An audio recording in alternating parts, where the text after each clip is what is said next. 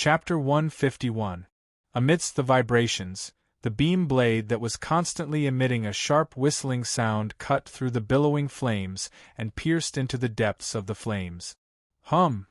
An ear-piercing low rumble caused by the collision of particles was accompanied by a violent shock wave. The remaining flames and smoke in the air were all blown away, revealing the beam blade of Gao de 3 Malawian Quaches and the beam shield that firmly blocked it. Crackle! At this moment, lightning frantically jumped back and forth between the beam blade and the beam shield. The flickering light illuminated Gao de 3 Malawian Quaches and Pirate Gao Da's face. Ella Platone let out a low growl in the midst of the flickering light and darkness. Don't think that Gao de 3 Malawian Quaches only has this kind of program. Ira Platone's right hand pulled and Gao de Mk3's beam blade fiercely cut towards the right side of Pirate Gao Da's beam shield. Sparks exploded in an instant. Along with the flickering lightning, the sparks continued to spread all over the beam shield. At first glance, this scene was quite frightening. However, Pirate Gao Da and its controller, Ray Minkai, remained unmoved. Instead, they firmly held onto the beam shield on their left arm, not allowing it to be pulled by Gao de Mk3's beam blade. Then, they lowered their waist and straightened the beam blade in their right hand. Seizing the opportunity, they followed the gap under the beam shield and headed straight for Gao de Mk3's waist. As long as this attack hit, Gao de Mk3's fate would end there. However, Ira Platone had already taken precautions. At the moment when Pirate Gao Da's beam blade was about to pierce Gao de Mk3's waist, a beam blade suddenly shot out from the side of Gao de Mk3's leg.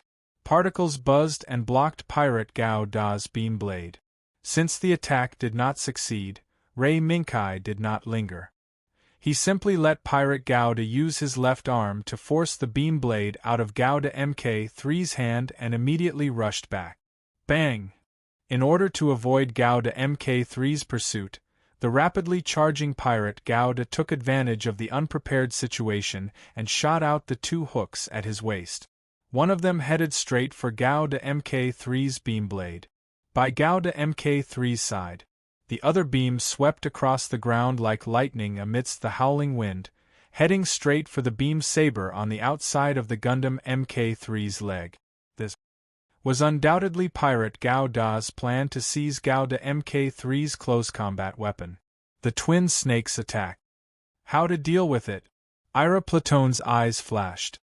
His fingers quickly tapped on the control ball continuously, allowing Gao de 3 Malawian Quaches to complete dozens of commands in a short second, allowing it to speed up and retreat.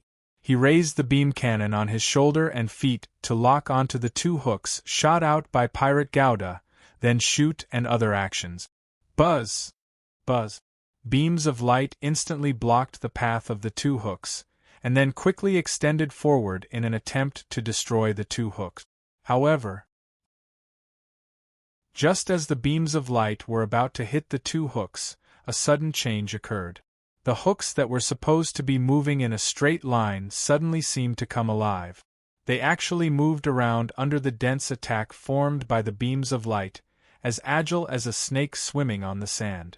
There's actually such a move? Looking at the two strange yet astonishing hooks, Ira Platone was slightly taken aback. At the same time, he once again felt the feeling when he caught a glimpse of Pirate Gao Da, who was holding the flying eagle sword and violently beating up Tio in the deathmatch. Heavenly steeds soaring across the sky. Ella Platone sighed as she quickly made a response. If he couldn't stop the hooks from moving forward, no. Hitting the snake. He had to hit the weak spot. No matter how agile the hooks were, the one controlling them would definitely be Pirate Gao Da himself. Thus, the Gundam 3 Malawian Quaches advanced instead of retreating. While it waved the beam saber in its hand in an attempt to block the attack of the hook, it also moved the muzzles of the beam cannons on its shoulders and legs upward, locking onto the Pirate Gundam. Buzz! Particles once again bloomed in the beam cannon's muzzle. This time, it was not aimed at the agile and strange hooks, but at the one controlling the hooks, Pirate Gao Da. Boom! The beam of light flickered. Pirate Gao Da's beam shield once again lit up with its own tenacity, once again stopping Gao Da Mk3's beam attack in front of Pirate Gao Da, who, in just a short moment, in just the moment when the spear and the shield clashed, the hooks that were flying close to the ground had already rushed to the front of Gao Da 3 Malawian Quaches after losing the restraint of the beam cannon's attack. They went straight for the beam blade in Gao Da's hand and the beam blade on the outside of his leg. Don't even think about it. Ira Platone's gaze turned cold. The moment Gao Da 3 Malawian Quaches waved the beam blade in his right hand, the beam blade on the outside of his left leg bounced up and held it in his left hand, forming a cross attack with the beam blade in his right hand, slashing towards the incoming hook. Whoosh! Gao Da Mk3's beam blade in his right hand hit the target, but in the next moment, the hooks that were slightly behind rushed forward under the cover of the smoke produced by the explosion of the previous hooks. In the blink of an eye, they firmly clamped down on Gao Da Mk3's left hand. Tisk! Ira Platone was just about to let Gao Da 3 Malawian Quaches swing the beam blade in his right hand to cut off the hooks that clamped down on his left hand, but unexpectedly, the hooks that clamped down on his left hand exploded first. Together with Gao Da Mk3's left hand, it was blown into pieces. Ira Platone's eyelids twitched rapidly, but he did not make any sound. Instead, he began to let Gao Da 3 Malawian Quaches quickly retreat, while at the same time, he maintained the concentrated attack of the 4 beam cannons, attempting to suppress Pirate Gao Da on the spot. Boom! Boom! The crazy explosion set off flames and thick smoke, engulfing Pirate Gao Da's figure. Even the shining light of the beam shield, which symbolized indestructibility, was unable to escape the fate of being submerged. After a short moment, the flames subsided, the thick smoke dispersed, and Pirate Gao Da's figure was once again revealed. In the midst of the smoke, Pirate Gao Da's beam shield on his left arm actually showed signs of flickering, as if it had entered into an unstable state. It could be imagined, just now, the full power of Gao Da Mk3's attack was shocking.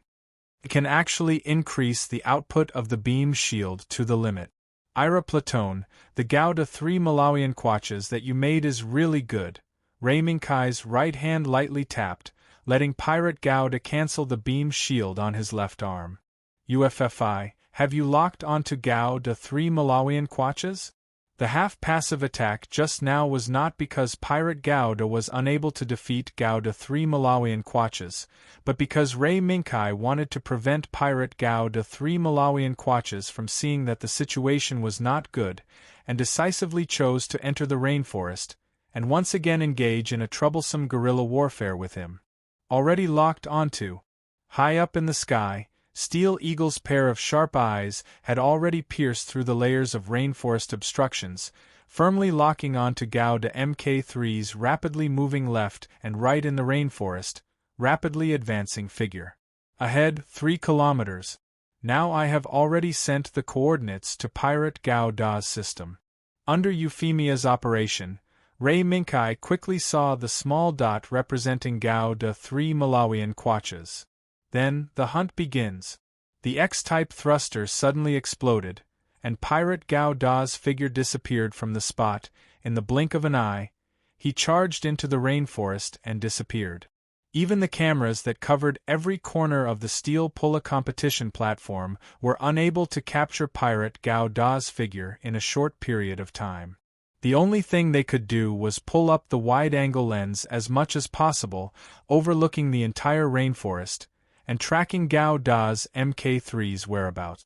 Because, no matter how fast Pirate Gao Da moved, his final target would still be Gao Da's 3 Malawian Quaches. Boom. Suddenly, the camera's overlooking lens captured an explosion. It was a violent explosion that could hold 3 Gao Da's Mk3's in the small lake. Immediately after, before the sky full of water splashes fell, the overlooking lens suddenly changed, and captured Pirate Gao Da's reappearance on the lake. At this moment, steam rose from the lake with only a little water source, causing the entire lens to become hazy. The increasingly hazy lens not only caused the audience to squint their eyes and focus on distinguishing the figure on the screen, but it also made Pirate Gouda, who was standing on opposite sides, and Gao Da's Mk3's figure become even more hazy. This process continued until the moment the entire screen was completely covered by a white fog. A roar suddenly exploded. Boom! It was the sound of the thruster's full-power explosion. Who was it? Gao Da's 3 Malawian Quatches? Or was it Pirate Gouda? Because the lens was completely hazy, the audience could not see the changes on the field clearly, and could only rely on the sound to distinguish the movements on the field. Buzz! This was the vibration of the beam saber. Boom! This was the sound of the beam cannon firing. Boom! Slash! This was the unique vibration of the beam saber when it collided. Following these roars and vibrations, the audience who could not see the fierce battle on the field could not bear the itch in their hearts. Some of the agitated audience could not even hold back their emotions, and loudly scolded the organizers for not doing a good job. All of a sudden, just as the audience's dissatisfaction was about to explode, a ray of light tore through the hazy lens that lingered on the lens, and once again presented the situation on the field in front of everyone's eyes. But with this look, the audience was shocked to find out that Pirate Gao Da's 3 Malawian Quatches, who had caused a lot of trouble at the beginning, was actually severely damaged. The beam cannons on his shoulders and feet were unknowingly destroyed, and the armor on his body was densely covered with cracks, and there were even a few holes on it. On the other hand, the Pirate Gundam didn't suffer much damage, except for a corner of its anti-beam cloak that was burnt away and a few holes in its body.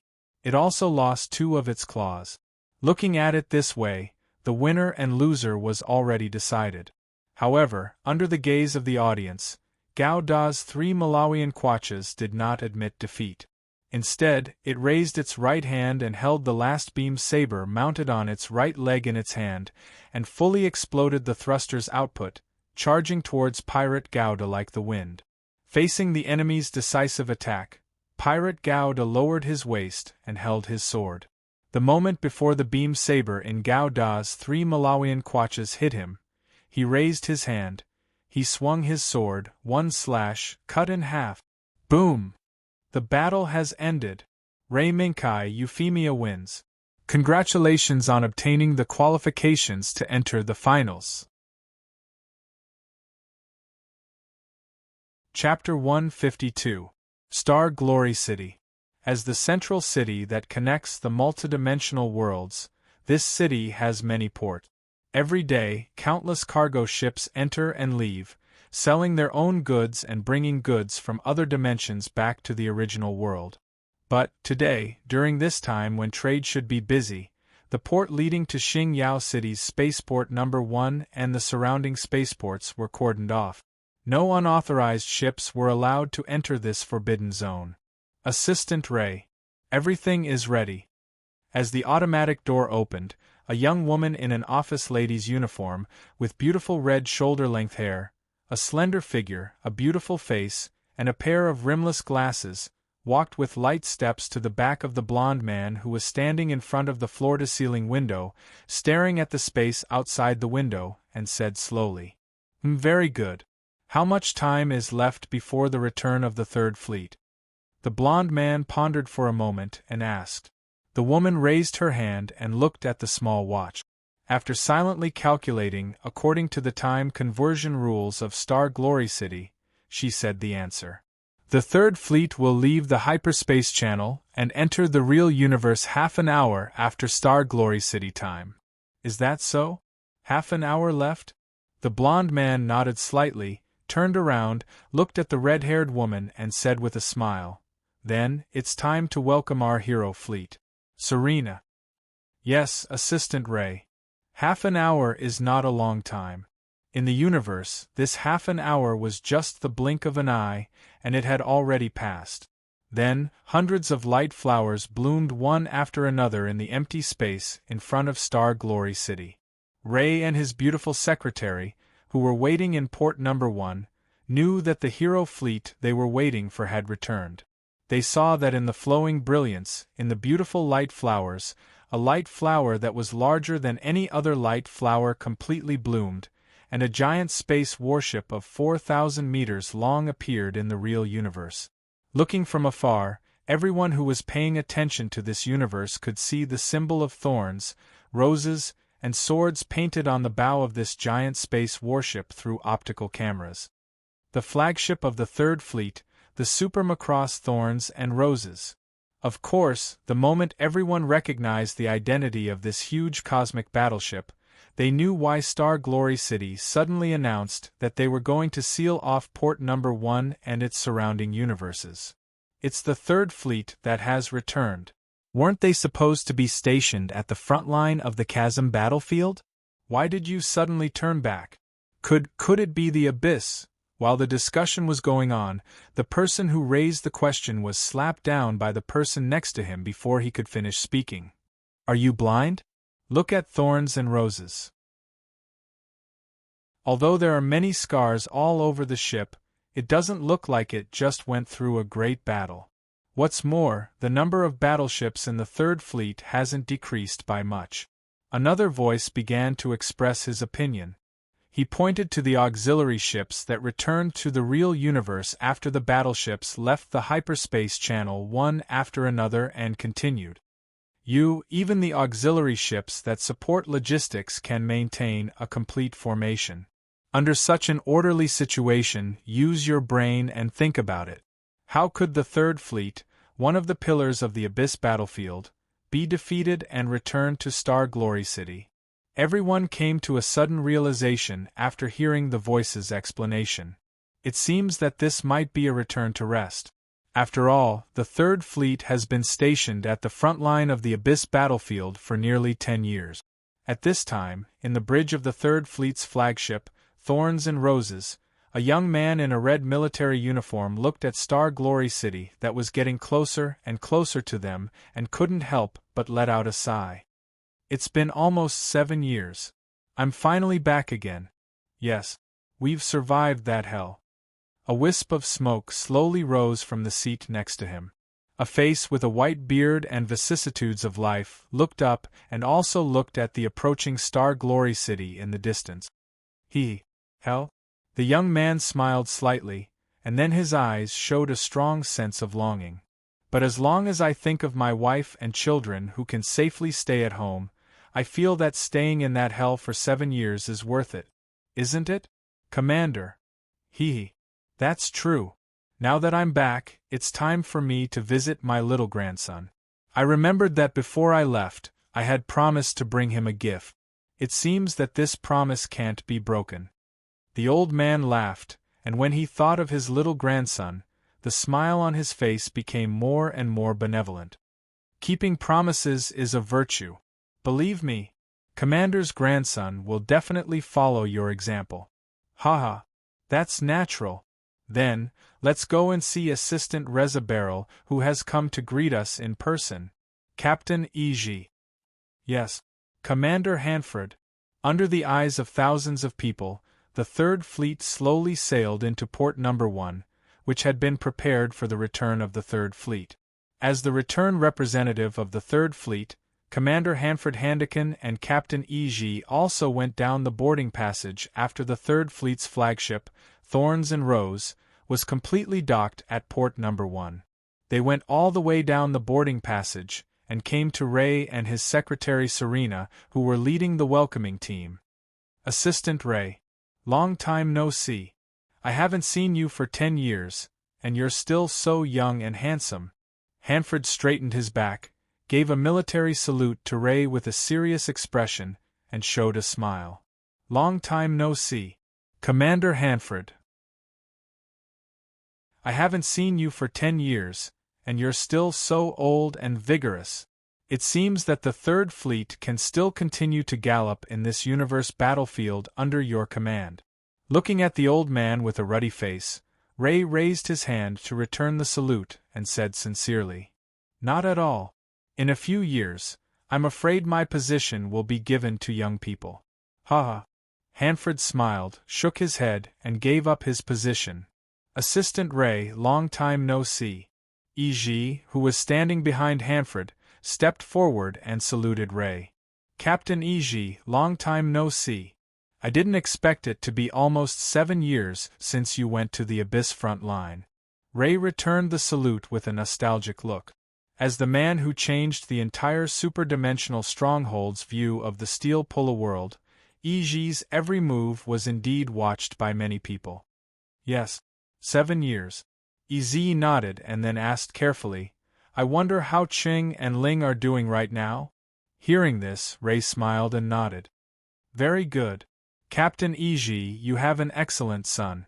Now Makoto Ito and his partner Lingshire have broken into the Steel Pulla World Tournament's top 16 finals, and Mrs. E.G. has already set off for Shizuoka to cheer for Makoto Ito. When he heard that Makoto Ito had entered the top 16 finals, E.G. couldn't help but clap his hands and shouted in surprise, as expected of my son. Chung, you did a great job. Immediately after, E.Z. remembered the mission he had issued for fun. Right. Did the mission I issued before already be accepted by the reserve team members? Yes. Someone has accepted it. Moreover, he also broke into the World Tournament's top 16 finals. I'm afraid that in the next tournament, he will meet Makoto Ito and have a duel. Is that so? Then, Commander, Assistant Lei, please allow me to leave first.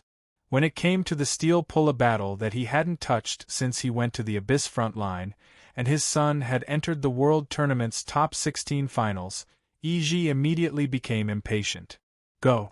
Captain E.G., from now on, it's the Third Fleet's vacation. As long as you remember the time to return to the team, I won't ask too much about other things. Hanford gave his permission reasonably. Yes. Thank you very much. Commander, Assistant Lei. See you later. As soon as his voice fell, E.G. immediately turned and rushed out of Port 1. It seems that Captain E.G.'s personality hasn't changed much. Ray retracted his gaze from E.G. and looked at Hanford again. Commander Hanford, it's been hard on you for the return of the Third Fleet this time. No. It's not a big problem. On the contrary, the entire fleet is happy to be able to return to rest and reorganize. Hanfrey waved his hand and chuckled. Well, that's good. Ray was silent for a moment and looked around. Secretary Serena, who was standing beside him, immediately understood and dismissed all the people around her. Commander Hanford. How's the progress of the supernova project? When there was no one around, only Hanford and the other two were left, Ray said in a voice that only the three of them could hear. Well, according to the meaning of the pioneers, we have started to prepare. According to the current progress, I'm afraid it will take some time to advance to 1/3 of the progress of the plan. That's expected. Get ready. The return of the Third Fleet is prepared for this. Yes. Everything is to resist the Abyss. At the same time, Ray Minkai and Euphemia, who entered the World Tournament's top 16 finals, did not choose to spend the 3-day break before the finals in the dormitory of the contestants. Instead, they chose to go to the bustling commercial center opposite the conference venue on the second day. At this time, because of the arrival of the finals, the entire Shizuoka was flooded with more people than at the beginning of the conference. In just a few days, this huge flow of tourists jammed all the leisure places and scenic spots in the entire Shizuoka. Even the most expensive commercial centers were packed with people. There are so many people. Euphemia, who was protected by Ray Minkai, looked at the crowd around her and sighed in a low voice. It can't be helped. After all, the finals are about to begin. Ray Minkai struggled to separate the crowd and took Euphemia to the top floor of the commercial center before he breathed a sigh of relief. Kai, Miss UFFI. This way. Aslan's voice came from afar. Chapter 153. On the top floor of the business center was a semi-open-air coffee shop. When Ray Minkai and Euphemia qualified for the finals yesterday, Aslan sent an invitation. The location of the invitation was naturally this coffee shop. Under the bright sun, Aslan, who was wearing a loose white shirt and had a book by his hand, raised his hand and waved at Ray Minkai and Euphemia. Over here. Kai Miss UFFI. Aslan. You're not thinking of celebrating our qualification to the finals here, are you? Lei Minkai pulled out a chair for Euphemia, and asked her to sit down first. He then sat down beside Euphemia, and said with a smile, Don't worry. No, the place to celebrate is not here. Aslan shook his head and said mysteriously, The reason why I asked you to come here first, you'll know later. We'll know later? Ray Minkai and Euphemia looked at each other and asked in unison. Yes. Aslan smiled slightly and suddenly pointed behind Ray Minkai and Euphemia and said, Look, they're here. They're here? Is this an introduction to new friends? With such doubts, Ray Minkai turned around and looked at his body. In the end, he heard Euphemia's exclamation. So tall. A body that looked like a small mountain was standing behind Ray Minkai and Euphemia at some point in time. As the sun moved, the shadow of this hill-like body also extended above Ray Minkai and Euphemia's heads. Who is this? Upon seeing this hill-like body, Ray Minkai subconsciously searched for a similar character in his memory. There were not many characters who could fit this figure. And Lei Minkai looked up and saw that the mountain-like figure had a square face, thick eyebrows, and big eyes. With one look, he could tell that this was the face of an honest man with an honest personality. Such an obvious face, such an eye-catching figure, based on the above conditions, there were only a few possible answers. Moreover, in the next moment, a slightly lively female voice rang out clearly from behind the mountain-like body. I say, Zhao Hong, you'll scare people if you stand behind them without saying a word. When the voice rang out behind the mountain-like man, it revealed his identity. Zhao Hong? Zhao Hong Altran? A character from Gao Da's Iron Blood Barbados? So, if he was Akihiro, then who was the voice behind him? It sounds familiar. As these thoughts flashed through Ray Minkai's mind, Ray Minkai had even more questions. Yes. Sorry. At the reminder of the clear female voice, the mountain-like man nodded slowly and took a few steps to the right, coming to Aslan's side. I'm Zhao Hong Altran. You're Aslan Sala? Aslan looked up and down at the mountain-like man's face and nodded affirmatively. That's right. I'm Aslan Sala. Nice to meet you. Then, Aslan raised his finger and introduced Ray Minkai and Euphemia. This is the preparatory team member Ray Minkai and Euphemia. Hello. Zhao Hong Altran. I'm Ray Minkai. Hello.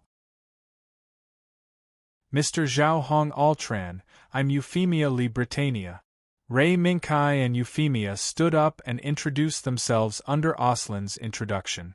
Euphemia did an elegant salute. Looks like this girl's background is not bad. At this moment, the clear female voice that reminded Zhao Hong earlier rang out again. Ray Minkai and Euphemia shifted their gazes and looked to the other side. They saw a girl wearing a vest, a sports bra, and a pair of hot pants. Her blonde hair was tied into twin ponytails. Overall, she looked exceptionally lively and cheerful. She stood beside Zhao Hong Altran and waved at Ray Minkai and Euphemia. Hello. I'm Ravenda Franklando. Unfortunately, I'm this big dumb bear's partner. Also, this big dumb bear just used a very rough method to wake me up from my eternal sleep. Hello. Miss Ravenda Franklando. Mr. Zhao Hong Altran. Please sit. Aslan nodded and let Zhao Hong and Ravenda sit on the other side of the table, forming a circle with Aslan, Ray Minkai, and Euphemia. You don't have to call us Miss or Sir. You can just call us by our names. Ravenda, Zhao Hong. The girl waved her hand and pointed at herself, then pointed at Zhao Hong. Everyone nodded in acceptance. Oh right. You're Aslan Sarah, right? You called us here this time because this big dumb bear woke me up? Ravenda didn't beat around the bush and instead pointed out Aslan's intentions. Woke you up? Hearing Ravenda's words, Ray Minkai immediately realized that when Ravenda introduced herself, she mentioned the term eternal sleep. Could it be? Ray Minkai thought of a possibility. He even linked this possibility to what had happened when he met Kira in the Empress Hotel. The truth was on the verge of being revealed. Yes. Aslan nodded. After taking a deep breath, he looked at Zhao Hong sincerely and asked, "That's indeed why I found Zhao Hong and Ravenda's contact information through some connections." After hearing Aslan's confession, Ravenda smiled slightly, and a trace of appreciation appeared in her eyes. She secretly reached out and gently pinched Zhao Hong's waist, then looked at Zhao Hong reproachfully and said, "Look, it seems that you're not the only big fool in this world.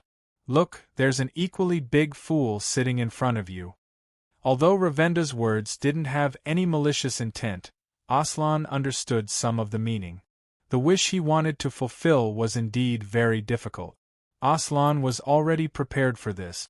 However, from the meaning of Ravenda's words, it seemed that the difficulty was beyond his imagination. Very difficult. Under Ravenda's reproachful eyes, while Aslan was waiting, Ray Minkai and Euphemia looked on. Zhao Hong's dull voice gradually sounded. 10 years. It took me 10 years to find a way to wake Ravenda up. Then, I went through several life and death situations and almost lost my life here. Not long ago, I woke Ravenda up. With that, Zhao Hong stretched out his huge palm and held Ravenda's small hand in his palm, holding it tightly. He raised his head and looked at Aslan. His sharp eyes stared into Aslan's eyes, as if they were going to penetrate the depths of his heart and pry into his true heart. "Even if the next second you're going to step into hell and be consigned to eternal damnation, you'll still wake up the person you want?" Aslan's eyes didn't change. He slowly and firmly said, "Yes. Even if the next second I'm going to fall into hell, I'll still wake up the person I love from the darkness. For this, I specially invited my friends to witness." At this moment, Aslan said the reason why he invited Ray Minkai and Euphemia. It turned out that in order to resurrect the person he loved, he specially invited Ray Minkai and Euphemia to be witnesses. "Aslan, you're serious?" Although Ray Minkai had heard the story of Aslan's changed fate before, he didn't expect Aslan to be serious. "Yes, I'm serious, Minkai." Aslan's voice was still firm. "Mr. Aslan, I don't know if people can be resurrected, but to be able to do this, I'm afraid. No, I'm an example. Euphemia." Before Euphemia finished speaking, Ravenda interrupted her and pointed to herself. 16 years ago, after a funeral, I was preparing to buy some toys for the children at home. Suddenly, I was assassinated by an assassin sent by a hostile force. If it weren't for this big stupid bear's stubbornness to resurrect me, I'm afraid I'd still be in the endless darkness." "How could that be?" Euphemia exclaimed and subconsciously asked, "Ravenda, do you still remember what happened after you died?" Ravenda shook her head with a bitter smile. "No, I don't know what happened at that time. From being assassinated to falling into the endless darkness to being awakened by Akahong, I don't have much of an impression of the memories. The only thing I remember is the darkness and the bone-chilling coldness." This, Euphemia was stunned. Just as she was about to continue speaking, Ray Minkai patted her little hand, indicating for her to calm down a little. "So, Akahong, you really have mastered the method to resurrect the dead?" Facing Ray Minkai's question, Akahong showed a rare hint of hesitation. "No. It's not that I have mastered it. It's just that I happened to have an opportunity and was lucky enough to awaken Ravenda. I can't explain what happened clearly. As long as Aslan makes up his mind and goes there with me, you'll know the truth." "Is that so? Then I'll go." Hearing Akahong's answer, Aslan decisively made a decision. "Since the dead Ravenda is already standing in front of me, then it means that I will have the opportunity to awaken the person I love." "Are you sure?" Aslan Sarah. "As long as you take the first step, it's impossible to turn back." Because, as long as you hesitate for a moment whether you're the person you want to awaken or yourself, you'll have to pay the price. Akahong's gaze gradually became serious. Wait. Just as Aslan opened his mouth to agree, Ray Minkai suddenly interrupted Aslan's words and quickly asked, I want to know, Akahong, where is the place you're talking about? Akahong was silent for a moment, and when he opened his mouth again, he said an answer that surprised Ray Minkai, Euphemia, and Aslan. It's more terrible than the Abyss battlefield, somewhere in the depths of the Abyss.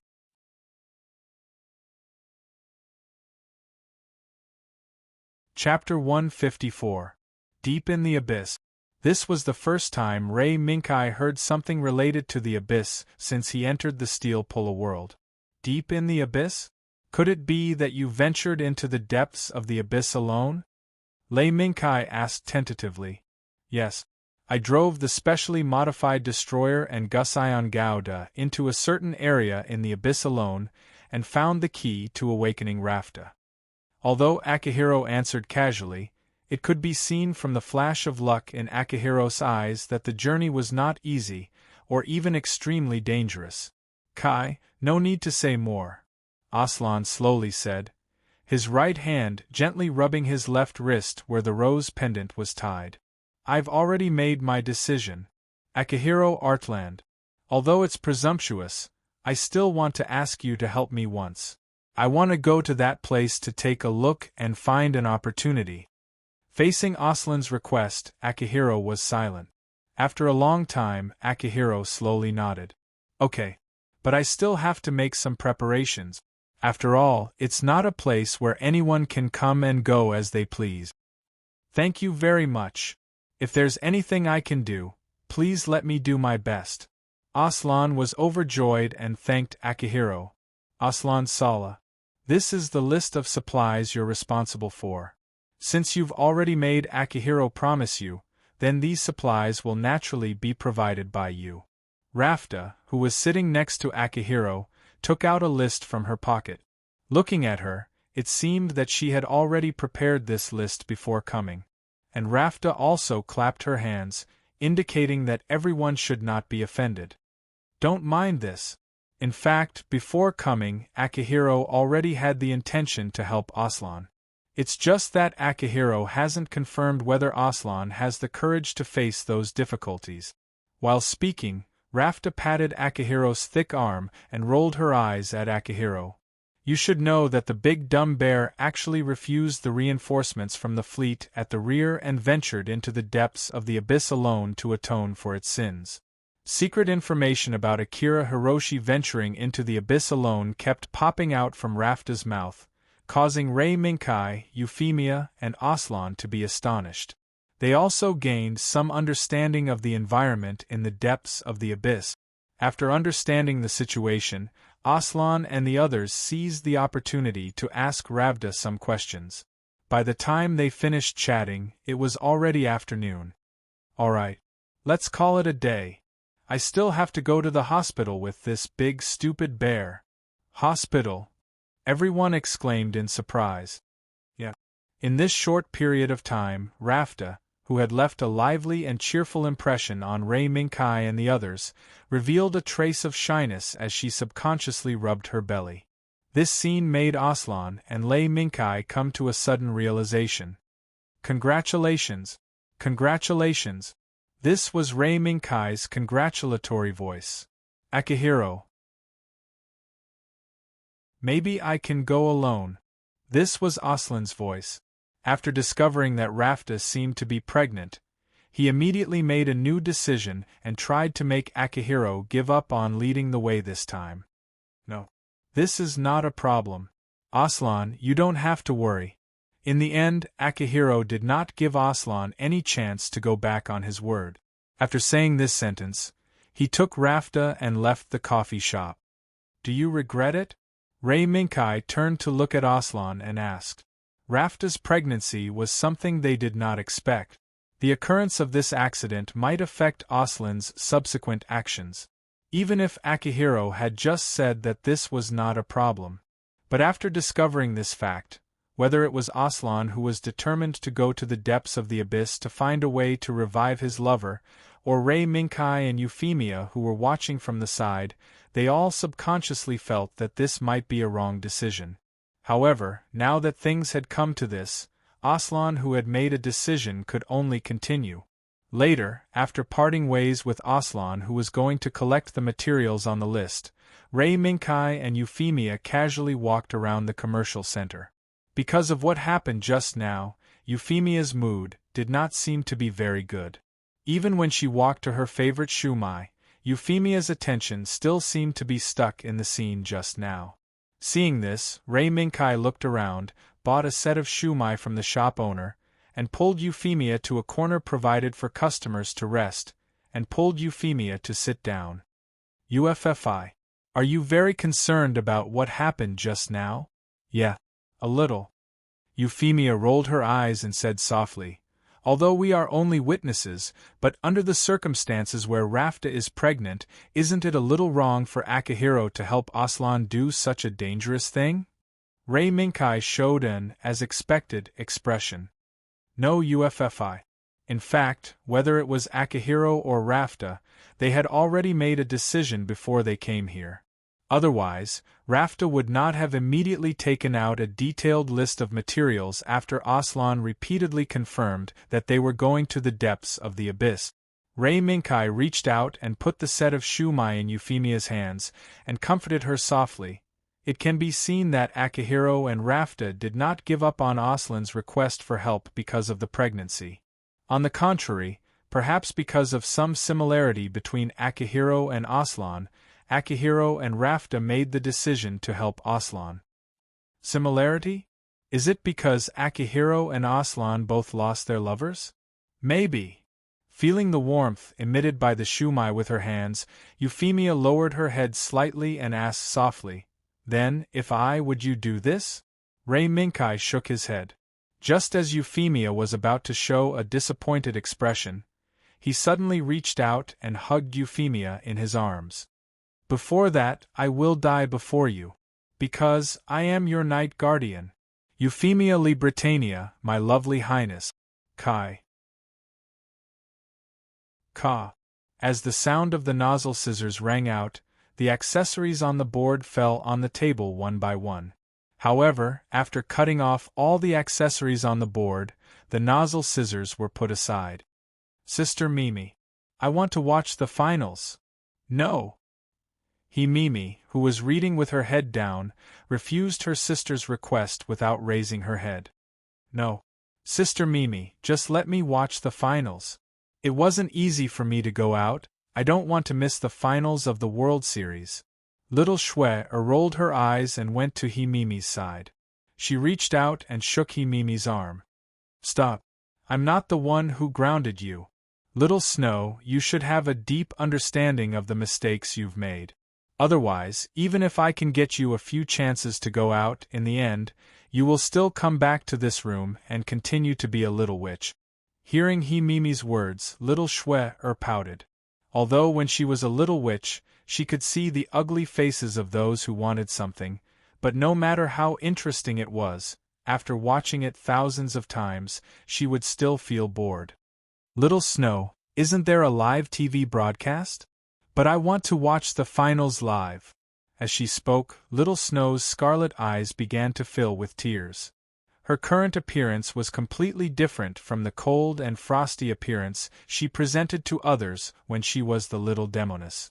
Looking at her scarlet eyes that were about to drip tears, Mimi helplessly shook her head and reached for her personal terminal. I'll try to talk to Dad. Whether Dad lets you out or not, I can only try my best. Yeah. Thank you, Sister Mimi. Little Snow likes you the most. After some communication, Mimi helplessly rubbed both sides of her forehead. She didn't expect Dad to agree to let Little Snow watch the finals. This made Mimi, who was already prepared to be rejected and even scolded, feel unreal for a moment. After all, Little Snow had burned down Phoenix in a fit of playfulness. After the incident, she was quickly rescued and sent to the Castle Queen, Aunt May, for repair. However, This didn't mean that little Snow's mistake would be so easily forgiven. Otherwise, this little girl wouldn't have been locked up here for so long. How is it? Little Snow's eyes shone with hope, afraid that in the next second, the words of rejection would come out of her sister's mouth. Dad agreed. In the end, Mimi's answer made Little Snow jump for joy. Yay! Mimi frowned and reached out to stop Little Snow from jumping for joy. But Dad has a request. What request? Hearing that there was a request, Little Snow immediately became timid, as if she was afraid that Mimi would ask for something that she couldn't fulfill. Control your power. Don't let it affect others. Mimi stated the request with a serious face. This little girl's talent was undoubtedly outstanding, but because her power far exceeded her ability to control it, when she was young, Little Snow would often lose control of her power, resulting in accidents that would affect others. That's it. Little Snow blinked. That's it. If you agree, I'll take you there. Okay. It's a promise, isn't it? Little Snow quickly agreed and asked in return. It's a promise. In the end, Mimi helplessly slapped her forehead. It seemed that taking the time to visit her sister, who was locked up, was a wrong decision. Just like that, the two sisters discussed the matter of watching the Steel Polo World Tournament finals. Time flew, and soon it was 3 days later. The Steel Polo World Tournament finals of the top 16 had begun.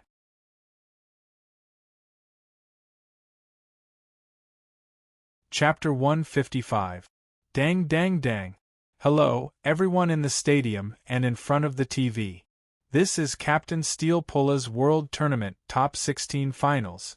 I am Steel Pola's spokesperson, Kiera. Next, I will bring everyone a live broadcast of the Shizuoka Top 16 Finals. While Kiera was giving her opening remarks for the upcoming Top 16 Finals, the top 16 contestants who had already drawn lots to determine the order of today's matches were already waiting in the lounge set up by the organizers for the moment to go on stage. Kai.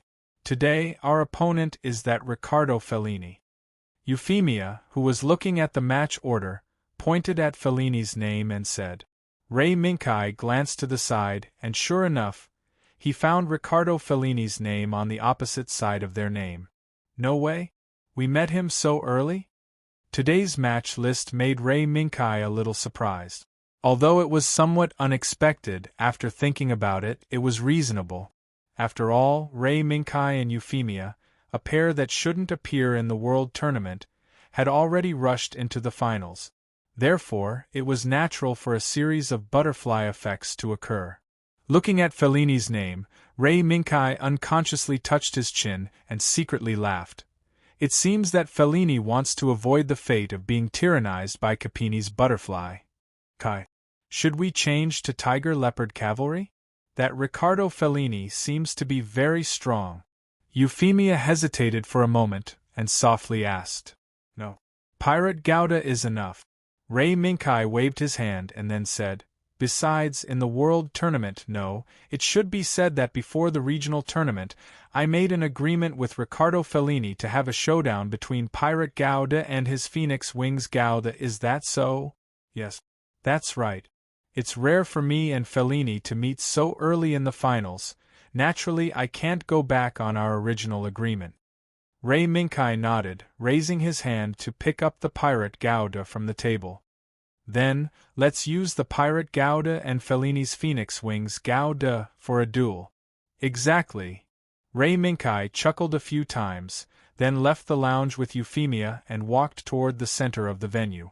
The first match of the day was between Ray Minkai and Euphemia and Riccardo Fellini. This was undoubtedly a match that could be used as the opening of the finals. In the eyes of the organizers, no matter if it was Riccardo Fellini, Ray Minkai, or Euphemia, they were all excellent players who could challenge for the championship. Therefore, it was inevitable that they would be used as the first two players in the finals.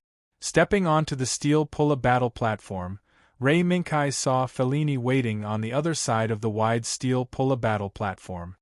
Yo, you're really late. Minkai, did you get too engrossed in communicating with your princess that you forgot about your duel with me? As soon as Fellini opened his mouth, Euphemia's eyebrows twitched rapidly. She couldn't help but want to scold this rude guy. Ray Minkai reached out and patted Euphemia's small hand. After comforting her, he raised his head to look at Fellini, who had a trace of a mischievous smile on his face. I didn't think that Riccardo Fellini would use this kind of strategy before the battle. What's wrong? Could it be that your goddess of luck no longer favors you? As he said this, Ray Minkai chuckled and said, if that's the case, it's not a surprise. After all, Riccardo Fellini is a playboy who doesn't reject anyone. The goddess of luck, who is loyal to only one person, will naturally not favor you. Hey! You really dare to say that? Whether or not the goddess of luck favors me, I don't need you to say more. Riccardo Fellini, no matter what, the goddess of luck will always be by my side. Fellini laughed and didn't hide his rebuttal. Is that so? Then, let me see if your goddess of luck can help you defeat me. Ray Minkai flipped his palm, and the pirate Gouda and the steel wings appeared in his palm. As you wish. Fellini also held his beloved machine, the Phoenix Wings Gouda. Please set up the GP base. Beginning Palevsky particles distribution. Battlefield 1 Universe. Following the condensation of the Palevsky particles, a universe map of the reef universe with Earth at the bottom and steel wreckage at the center of the field was formed. Is this the reef universe from UC0083? Then, the Phoenix Wings Gouda's shooting performance should be affected. This thought appeared in Ray Minkai's mind, but the next moment, Ray Minkai's gaze passed through the virtual screen formed by the Palevsky particles and collided with Fellini's gaze. Fellini doesn't care about the reef universe at all. Please place the steel pulla model. Under the notification of the battle system, Ray Minkai and Fellini both placed their steel pulla models in the shooting position. Battle begins. As soon as the notification voice fell, Ray Minkai and Fellini both placed their steel pulla models on the battle stage. Pirate Gouda. Phoenix Wings Gouda. Ray Minkai. Riccardo Fellini. Attack. X2. The scene in front of Ray Minkai changed, and it was already a universe with countless warship wreckage and rubble floating in the air. UFFI, pay attention to the surroundings. Don't get too close to Pirate Gouda for the time being. Understood. Euphemia acknowledged the order, and the Steel Eagle split into two with the pirate. They turned around and flew into the sky above the submerged reef universe. As expected, this scene was discovered by the Phoenix-winged Gundam hiding somewhere in the submerged reef universe. They split up? Fellini's eyes flashed, and his mind was constantly thinking about Ray Minkai's intentions. He knew. As long as the Steel Eagle was near Pirate Gouda and transformed into a sharp sword in Pirate Gouda's hand at the right time, then Pirate Gouda's combat strength would increase exponentially. Fellini had already seen through this point from Ray Minkai's participation in the regional tournament earlier. Are you luring me to attack? In the face of a great enemy, he actually separated his most powerful weapon. This temptation, no matter who it was, would be difficult to resist. Then, let me see what you're capable of. Kai. In the shadow of the reef universe, Phoenix Wings Gouda's figure flashed. Kai. Be careful. The Steel Eagle seems to have discovered something. The next moment, Euphemia looked at the strange data flowing on the screen in front of her and issued a warning. However, Ray Minkai did not respond. Instead, he quickly made Pirate Gouda make a sharp turn and stretched out his left hand and took out a rarely used whip from his waist armor. With lightning speed, he rushed towards the back of the Magellan-class battleship that had been penetrated by the battleship's main cannon on the left side of Pirate Gouda, which had been broken into two by the battleship's main cannon. Clang! In an instant, sparks splashed. Following closely behind was a small but extremely accurate beam attack.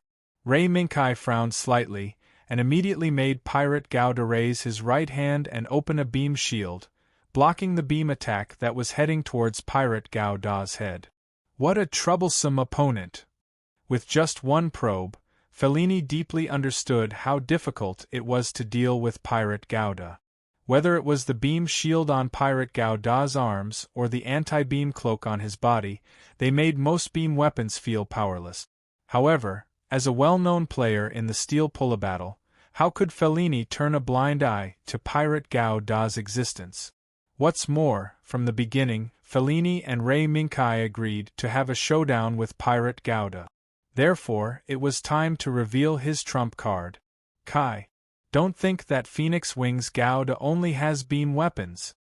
Following Fellini's shout, a mechanism popped out from the front end of Phoenix Wings Gauda's destruction rifle, and in the blink of an eye, it turned into a round hollow tubular object. Boom! Boom! Boom! Immediately after, the instant 3 flames burst out from this tubular object, 3 black shadows with trails of smoke behind them broke through the air. However, Pirate Gauda calmly waved the long whip in his hand, striking the first 2 black shadows that were closer to Pirate Gauda into 2. At the moment when they exploded, he raised the beam shield on his right forearm to block the remaining black shadow in front of him. Boom! With a flash of fire, Phoenix Wings Gauda's figure disappeared. When Phoenix Wings Gauda's figure appeared again, a cold light flashed in Fellini's eyes, and he shouted loudly, "Got it!" The moment his voice sounded, Phoenix Wings Gauda's left forearm exploded with a cold light, like a sharp sword piercing through the sky, fiercely piercing toward the flames that had yet to dissipate. Fellini's heart was alarmed, and he subconsciously ordered Phoenix Wings Gauda to quickly retreat. Unexpectedly, a ray of light that was even more dazzling than the cold light in Phoenix Wings Gauda's hand split the exploding flames from above, heading straight for Phoenix Wings Gauda. Tisk! Fellini didn't have time to investigate why Phoenix Wings Gauda's attack didn't hit Pirate Gauda. The only thing he could do now was to block the attack that was about to hit Phoenix Wings Gauda. Thus, Phoenix Wings Gauda raised his left hand and blocked Phoenix Wings Gauda's head. Buzz. Sizzle. It was blocked. The attack that was aimed at Phoenix Wings Gauda was blocked, allowing Fellini to see the true face of the attack. It was a beam saber. It was the beam saber used by Pirate Gauda. Fellini's gaze shifted, looking at Pirate Gauda, who was still wrapped in flames, but he discovered that there was a hole in the cloak on Pirate Gauda's body. Did it hit? Without a doubt. This hole came from the cold light on Phoenix Wings Gauda's forearm, a small fighting sword specially made to fight against Pirate Gauda.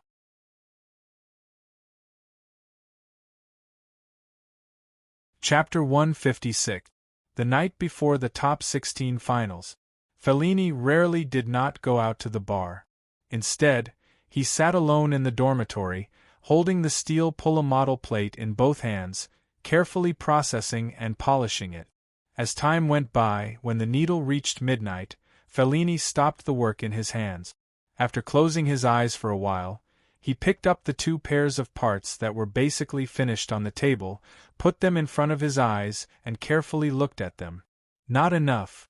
After a long time, Fellini put down the parts in his hands again, and said in a low voice, "If it's Pirate Gauda, these weapons can't fight against it, right?" The Phoenix's wings soared up to the sky. Tomorrow's opponent had already been decided. This was a predestined battle that had long been agreed upon. Ray Minkai, Pirate Gauda. Since Fellini and Ray Minkai met, this agreement had continued until the world competition. Although Fellini had already understood the various settings of Pirate Gauda in advance and had made corresponding countermeasures, as long as he saw Pirate Gauda's shocking sword when he first appeared, Fellini felt that his preparation was not enough.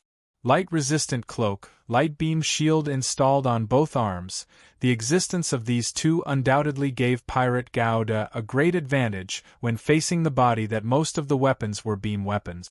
Unfortunately, the Phoenix Winged Gundam was one of these unfortunate beam weapon mecha. If long-range attacks can't be effective in a short time, then I can only think of a way to fight Pirate Gouda. But Fellini, who changed his way of thinking, quickly found the next problem blocking in front of him. Steel Eagle. This additional equipment backpack that was creatively created by Ray Minkai made up for Pirate Gouda's shortcomings.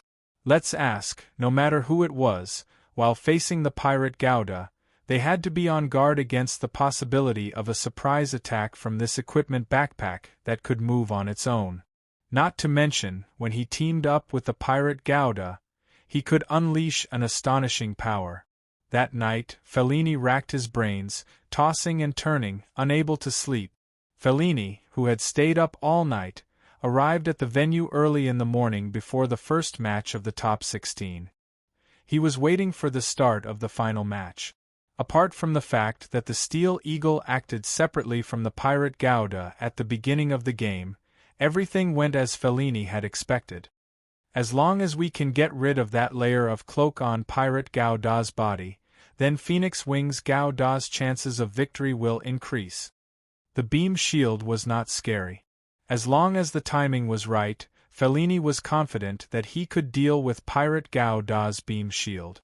The most troublesome part was the light-resistant cloak. Buzz, buzz. The beam saber in the Pirate Gouda's hand pressed down on the newly equipped combat dagger on Phoenix Wings Gouda's left arm. Oh. It seems that you spent a lot of effort to make this combat dagger. Fellini. Ray Minkai's praise sounded in the communication channel. Hey. Who knows? Fellini chuckled and moved his hands in succession. The Phoenix-winged Gundam forced the Pirate Gundam's beam saber away in a spurt of energy, quickly creating some distance between them. On the way, Fellini even took the time to look at the combat dagger on Phoenix Wings Gouda's left arm. It was intact. Very good. It seems that my guess was right. Based on the performance of the warrior boy, Nelson, Fellini made a bold assumption. If he added a layer of metal coating to the surface of the weapon, would it produce an unexpected effect? With this thought in mind, Fellini really did it. Moreover, the effect was not bad. Pirate Gouda's beam saber did not cause serious damage to Phoenix Wings Gouda's combat dagger. It only left a shallow mark on the surface. As expected, this is the secret of the warrior boy's Warring States Heresy's ability to cut through the beam attack. This thought flashed through his mind. Fellini immediately focused his mind to deal with Pirate Gouda's next attack. Whoosh! A beam of light pierced through the air. It was a beam attack. While Fellini had Phoenix Wings Gouda dodge the attack, he also looked in the direction of the beam attack. It was Pirate Gouda. He saw Pirate Gouda take out the rarely used beam rifle from his back and continuously attack Phoenix Wings Gouda. A long-distance battle? Phoenix Wings Gouda is not afraid of this. Fellini chuckled and fearlessly controlled Phoenix Wings Gouda to shoot at Pirate Gouda. In the blink of an eye, Pirate Gouda and Phoenix Wings Gouda exchanged a few rounds, but they were unable to do anything to each other. Unknowingly, the two sides gradually moved from the depths of the Reef universe to the outer regions of the Reef universe. This change was quickly noticed by Fellini. Oh no! I've been lured.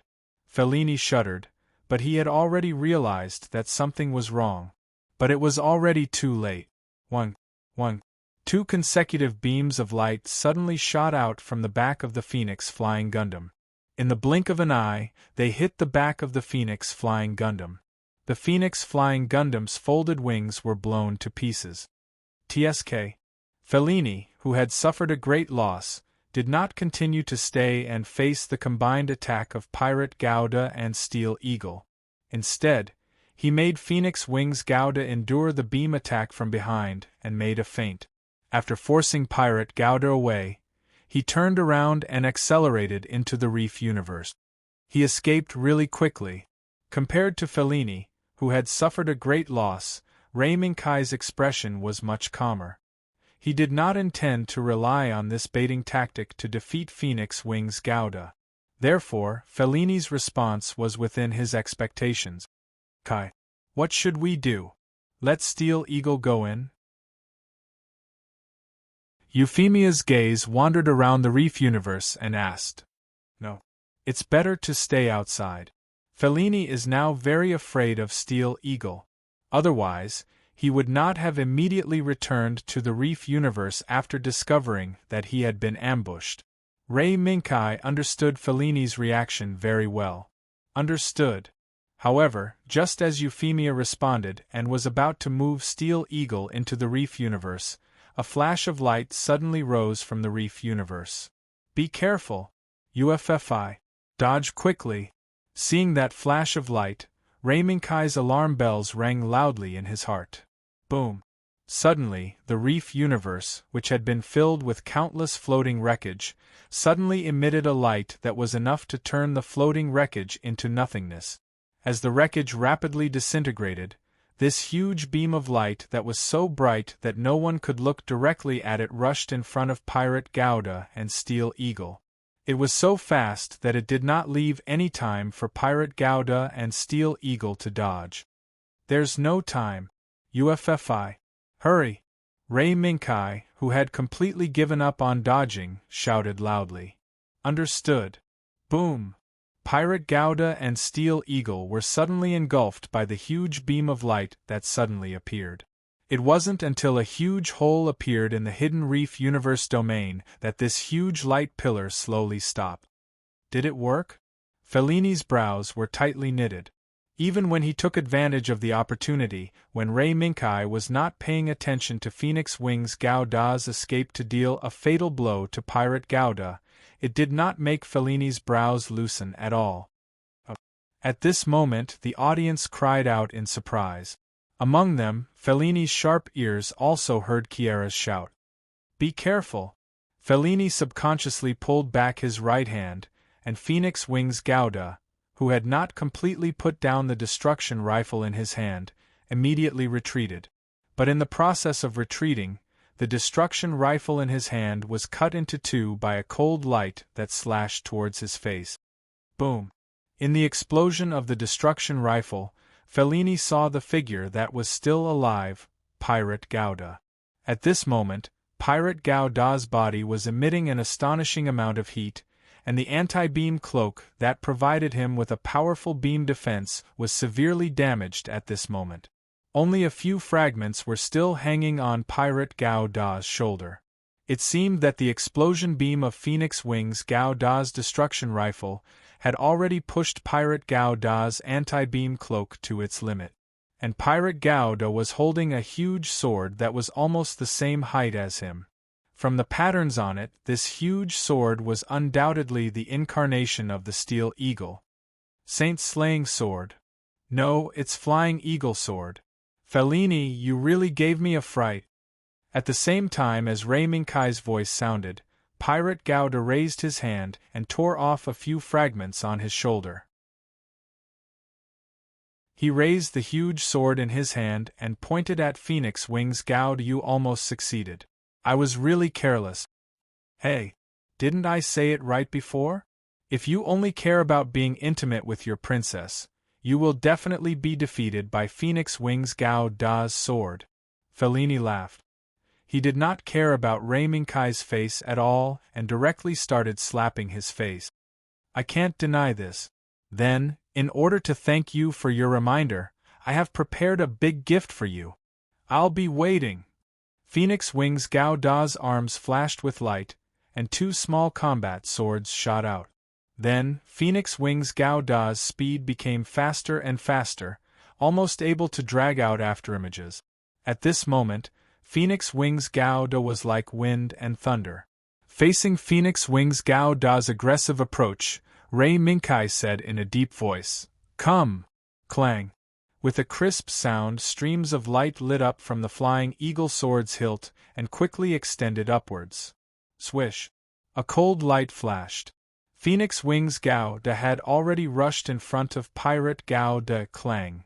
Phoenix Wings Gouda's combat swords collided with Pirate Gouda's Flying Eagle sword, and in an instant, there were bursts of sparks. Kai! Where's the big gift? Where is it?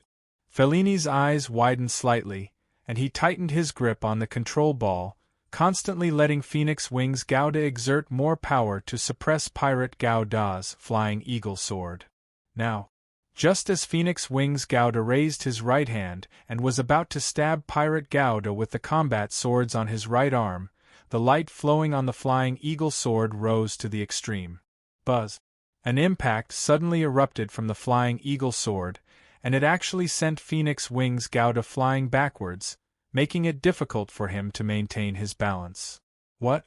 Saint slaying, 7 strikes.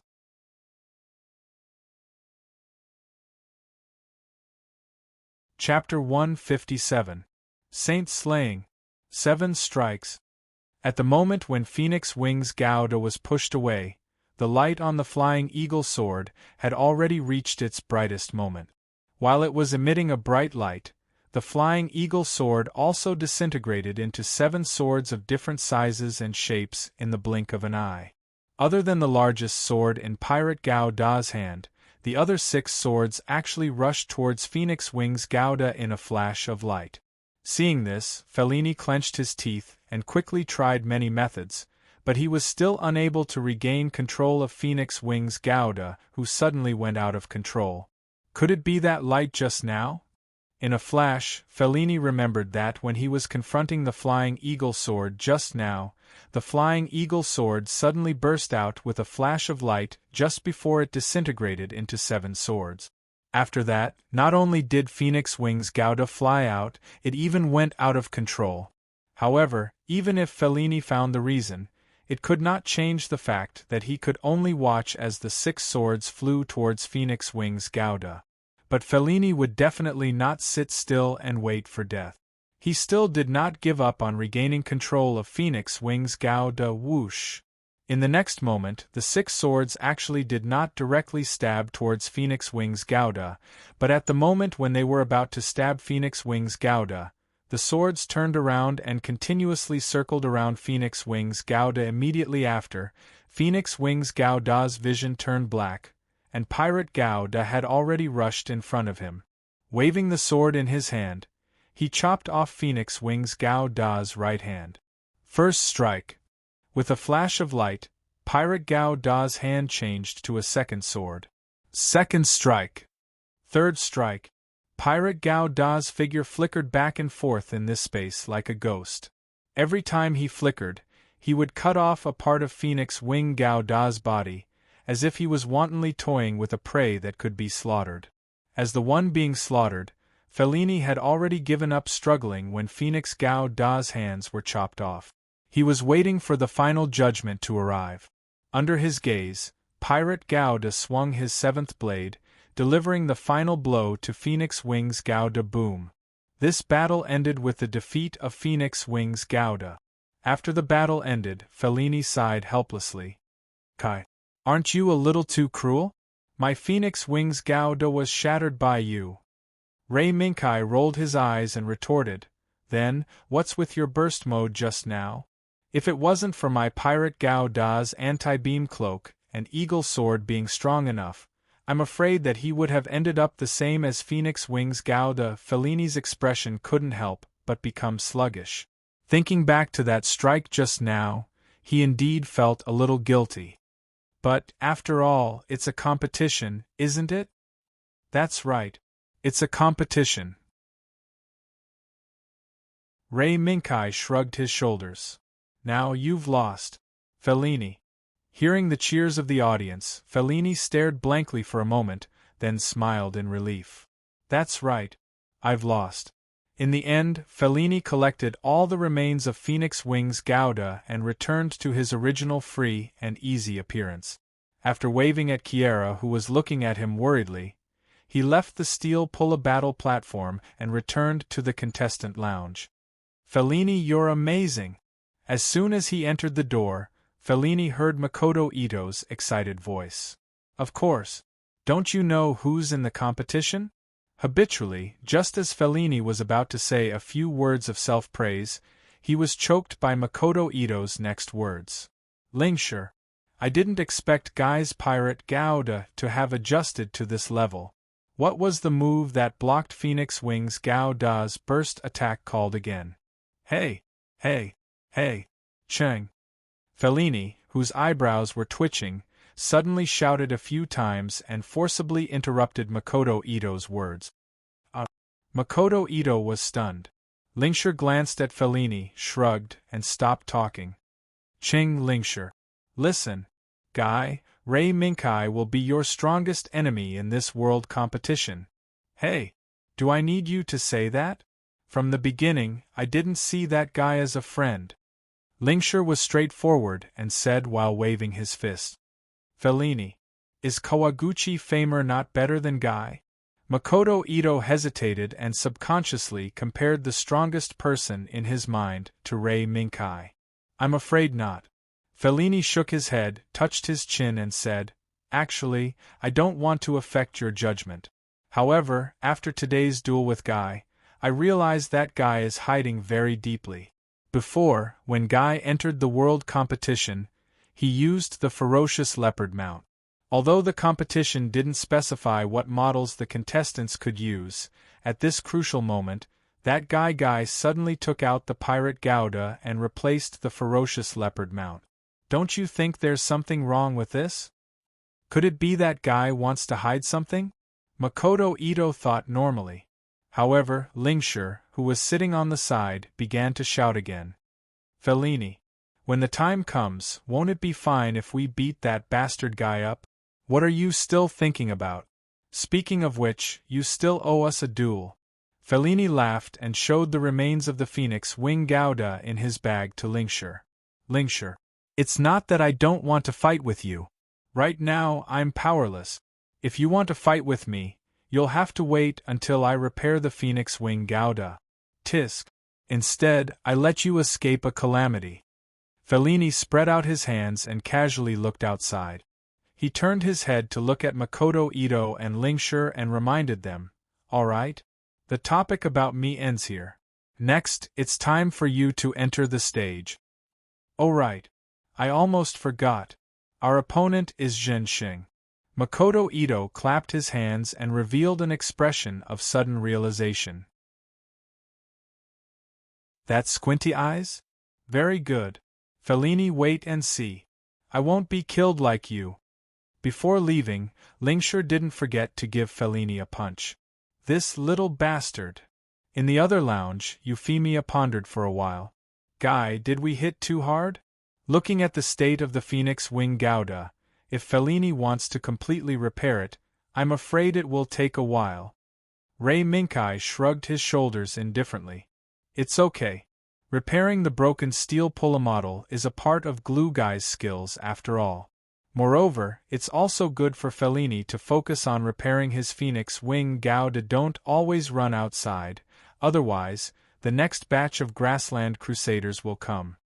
Speaking of the Grassland Crusaders, Euphemia couldn't help but chuckle a few times. Actually, Chioma and the others are also pitiful. They met the wrong person, plus a playboy who doesn't refuse anyone. Ray Minkai rolled his eyes. Chioma and the others created such a crusading army, which had already become the dark history of this Steel Pulla vs. World competition. As long as you looked up the information about this Steel Pulla vs. World competition, the movement caused by Chioma and the others would definitely be ranked first. It's starting. It's the match between Makoto Ito and Lingshire.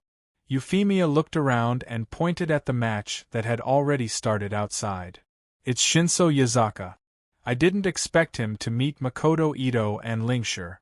Ray Minkai glanced at the figure standing opposite Makoto Ito and Lingshire and already knew the result of this match. Even with his interference, Shinso Yazaka's result in this world competition shouldn't change much. In any case, Makoto Ito and Lingshire were still the main characters. Even Ray Minkai had to treat the main character Halo above their heads with caution. Kai, aren't you going to watch this match? Euphemia noticed that Ray Minkai stood up and asked in confusion. No. There's no need to watch. The result of this match has been decided from the start. Ray Minkai shook his head. Euphemia tilted her head in confusion and finally chose to follow behind Ray Minkai and left the venue. However, just as Ray Minkai and Selena walked out of the venue, they found Aslan guarding the door. It seemed that he was waiting for them. Aslan, why are you here? Didn't you go to collect supplies? Ray Minkai and Euphemia looked at each other and walked over to greet him. Kai, Miss UFFI. Can you come with me to the City of Stars? I'm ashamed to say that. Although I've come to this world now, I don't have the authority to freely enter and exit the City of Stars. Aslan nodded at Ray Minkai and Euphemia, and his handsome face showed a hint of awkwardness. You don't have the authority to freely enter and exit the City of Stars? What's going on? Didn't Ray do it for you? Ray Minkai asked in surprise. Logically speaking, as the guide of the preparatory team of the administration, he should have the authority to enter and exit the City of Stars. In fact, I'm not an official guide yet. It's just a temporary decision to adapt to life in this world. Aslan shook his head helplessly. Even so, it shouldn't be, right? Facing Ray Minkai's question, Aslan seemed to have some difficulties and couldn't speak. In this situation, Euphemia quietly tugged at the corner of Ray Minkai's shirt. Why don't we help Aslan? Ray Minkai didn't mind helping Aslan. It was just that it would take some time to apply for the procedures to enter the City of Stars. Moreover, there was still the finals of the quarterfinals waiting for Ray Minkai and Selena. How about this? Aslan, wait a moment. I'm going to apply for permission to enter the City of Stars. I wonder if one day is enough time for me? After all, I still need to go to the next finals. Yes, one day was more than enough. Thank you.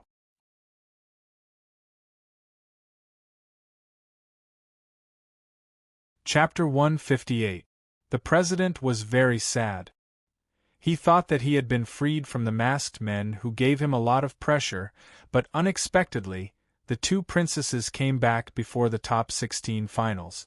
Chairman, may I ask if you are going to watch the entire finals? The President asked the two girls sitting on the sofa in front of him after letting his secretary Baker prepare tea and snack. And you don't have to prepare too much. We are only here to watch the finals. President, I will not interfere with your management of PPSC. You can just run the company as usual. Mimi nodded towards Baker, who was serving them drinks, and said casually. For Mimi, managing a powerful multinational company was even more tiring than holding a 3-hour-long live concert. Therefore, since taking over the position of PPSC's chairman from his father, Mimi did not ask much about PPSC's matters. Yes, I will make the arrangements. Please rest assured, Chairman. After getting Mimi's assurance, the President secretly let out a sigh of relief, and the smile on his face also became brighter. Chairman, may I know if you will continue to use VIP Room 1? Baker respectfully bowed towards Mimi and asked. I don't care.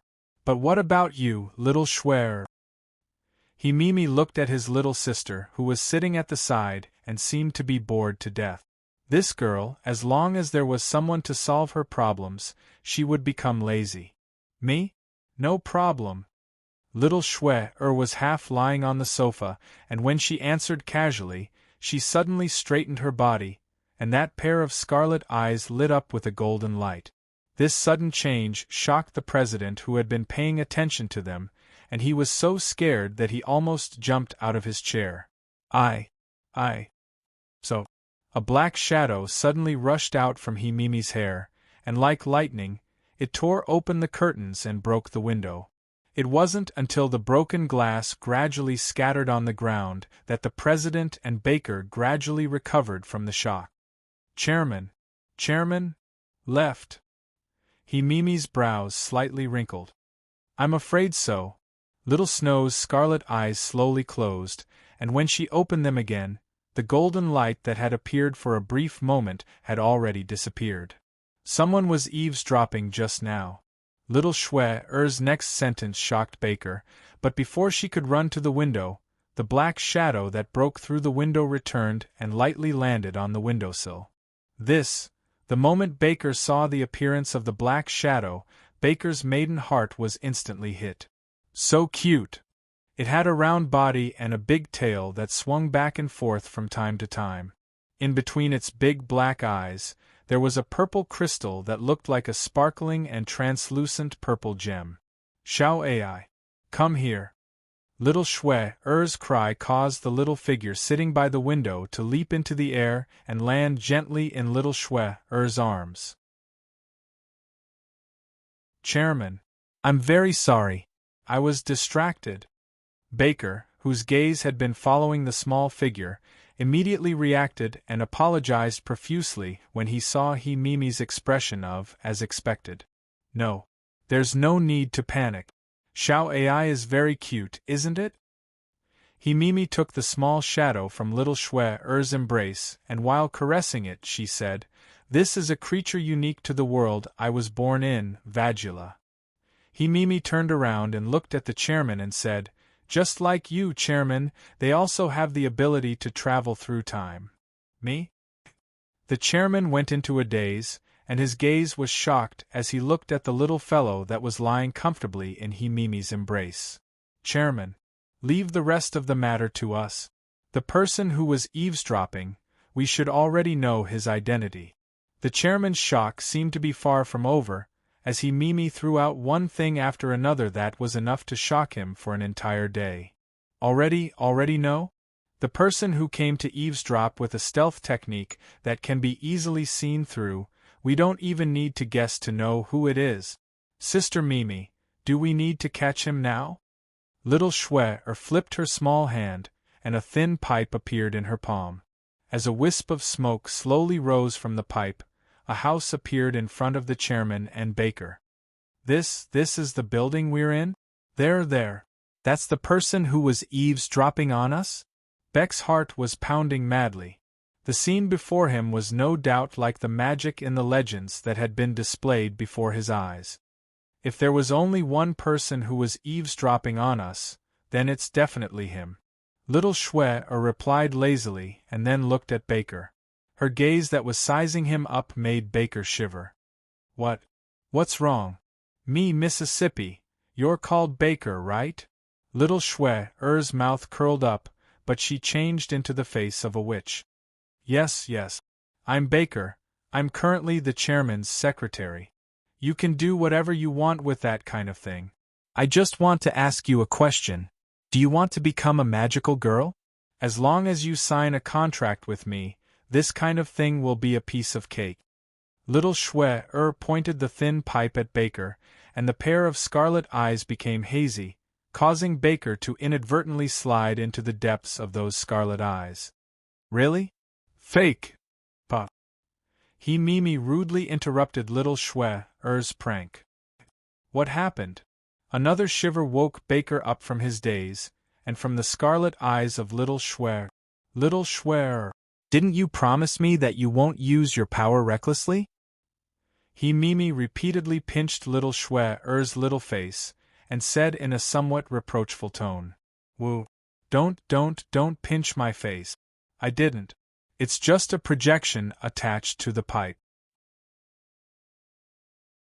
Little struggled to escape from Mimi's clutches, and casually passed the pipe back to Mimi to prove that she was just playing a little trick. It really is. Looking at the pipe in Mimi's hand that once again released the projection, a trace of disappointment appeared on Baker's face. This made the chairman, who couldn't find a chance to speak, very obviously flustered. But he didn't have any chance to speak at all. All right. The person who eavesdropped on us should be one of the contestants, the one known as the genius, Nils Nielsen. After Mimi returned the pipe in his hand to little he didn't beat around the bush, and directly revealed the identity of the eavesdropper. Nils Nielsen? How could it be him? The chairman, who was constantly looking for a chance to speak, finally found a breakthrough. Yes, I remember that he's a genius young scientist. Wait a minute. Could it be that the reason he participated in the competition is to find out the secret of the Palevsky particle? Baker only thought for a moment, and immediately guessed the truth based on the previous clues. No. The secret of the Palevsky particle must not be discovered. Baker and Chairman, we must take action immediately. Otherwise. Don't be impatient, Chairman. Compared to the authority, the secret of the Palevsky particle is nothing, right? What's more, since that Nils Nielsen wants to see the secret of the Palevsky particle, then he must first pass a test before he can do it. Compared to the chairman, who became flustered, Mimi's performance was much more stable. Sister Mimi, do you want the reserve team member you brought back to face this sneaky guy? After retrieving his pipe, little Shwe casually projected the scene of Nils Nielsen leaning against the window and eavesdropping. Yes. But this doesn't require us to do anything in secret. Because, from the beginning, Ray Minkai has already faced Nils Nielsen. Right? Baker. Facing Mimi's question, Baker raised his hand and pushed his glasses up, revealing a confident smile. Yes. Just as the chairman said, on the list of finalists announced today, Ray Minkai and Nils Nielsen coincidentally faced each other. This means that Nils Nielsen will be defeated in the finals, the chairman said in surprise. He didn't know who Ray Minkai was, let alone whether he really had the ability to deal with Nils Nielsen, but he knew that behind Ray Minkai stood Mimi and the S.P.F. authority. With such a strong backing, he believed that his own strength wouldn't be too bad. Let's wait and see. At the same time, Lei Minkai and Euphemia were watching in astonishment as an 800-meter-long high-speed space destroyer was registered under Aslan's name after Aslan's extremely generous swiping of the QR code. This is also an item in your list of supplies, Aslan? Ray Minkai's eyelids twitched, looking at Aslan, who was calm and still swiping the QR code to pay. Yes. After learning that Lavda was pregnant, I decided that I would be responsible for all the expenses of this operation. Aslan looked up and glanced at the high-speed destroyer that was slowly sailing into the port temporarily rented by Aslan under the command of the tower in Star City, and said in a flat voice. Ray Minkai's mouth twitched, suddenly feeling that the savings in his account as a reserve teammate were not worth mentioning in front of Aslan, this tycoon. Although I don't know the value of this battleship, Mr. Aslan, do you really have enough money? Euphemia counted with her fingers, but because she was born with a silver spoon in her mouth, she didn't have much concept of money, so she didn't have a rough estimate. It's okay. After all, before coming here, I have been the commander-in-chief of the space exploration fleet for more than 10 years. I have been keeping the allowance for these years. Aslan shook his head, showing a trace of luck. If it wasn't for the currency exchange rate between Star City and my home world not being too big, I'm afraid I would have to borrow money from you this time. That's true. Looking at Aslan's relentless swiping, and the string of terrifying zeros that were disappearing rapidly on his account, Lei Minkai was suddenly glad that he hadn't patted his chest and offered to pay for it.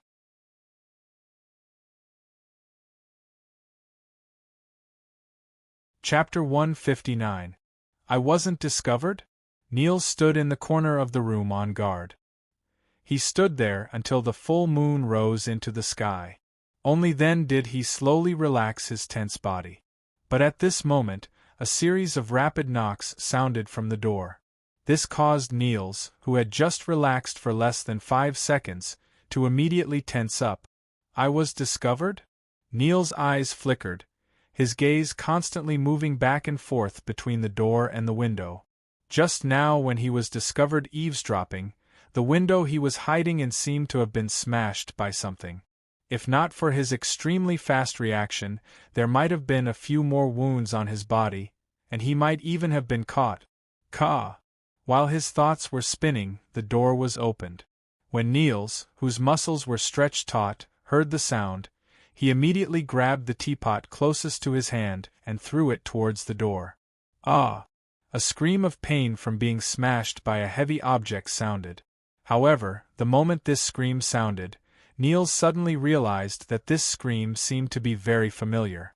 Immediately after, Niels, who had forcefully stopped his footsteps towards the window, turned around and looked outside. He actually discovered a young girl wearing long sleeves and a short skirt, with a horsewhip hanging from her waist. Her blonde hair was tied into curly ponytails. She was holding her red forehead and squatting at the door while screaming miserably. Miss Carolyn?" Seeing that young girl's appearance, Niels realized that he seemed to have accidentally caused a huge disaster in his high anxiety. "It hurts." Carolyn endured the pain and looked at the teapot that was still spinning slowly on the ground, then raised her head and looked at the bewildered Niels. "Niels, what are you doing? I only opened the door because you didn't open the door after knocking for so long. Did you have to throw something at me?" As she spoke, tears welled up in Carolyn's eyes. Niels, who was originally somewhat at a loss, became even more at a loss when he saw Carolyn's tears. "Hey, Niels, don't you know how to comfort people? You must know that I am your girlfriend." "Girlfriend?" Niels was shocked. He actually didn't know when he had a girlfriend like Carolyn. However, due to his casual smashing just now, Niels, who lacked confidence, ultimately chose to remain silent. Cough cough. "I hope I won't disturb you." Just then, someone knocked on the door again. Niels looked up, and the muscles on his back tightened again. He tried his best to maintain a calm expression on his face. It was Secretary Baker, the right-hand man of the president of PPSC. Of course, according to the normal trajectory, it was impossible for Niels to know Baker at this time. "You are?" Niels pretended to be puzzled after helping Carolyn up without batting an eyelid. Now that Carolyn was here, his chances of escaping were even lower. Hopefully, the other party didn't find out that he was eavesdropping. However, Niles's muscles tensed up again inadvertently. "I'm Beck, the secretary of the PPSC president. May I ask if you are Niels Nixon, the steel pulla fighter from America?" Under the protection of the two burly men, a formal smile appeared on Baker's face. "I'm Nils Nielsen. Hello. The secretary. May I know why the people around the PPSC president are looking for me?" Niels nodded and admitted his identity after helping Caroline up. Identity confirmed. After Baker heard Niels admit his identity, he went straight to the point and stated the purpose of his visit. "Nils Nielsen, we know the purpose of your participation in this world competition, but please don't worry. We don't mean any harm."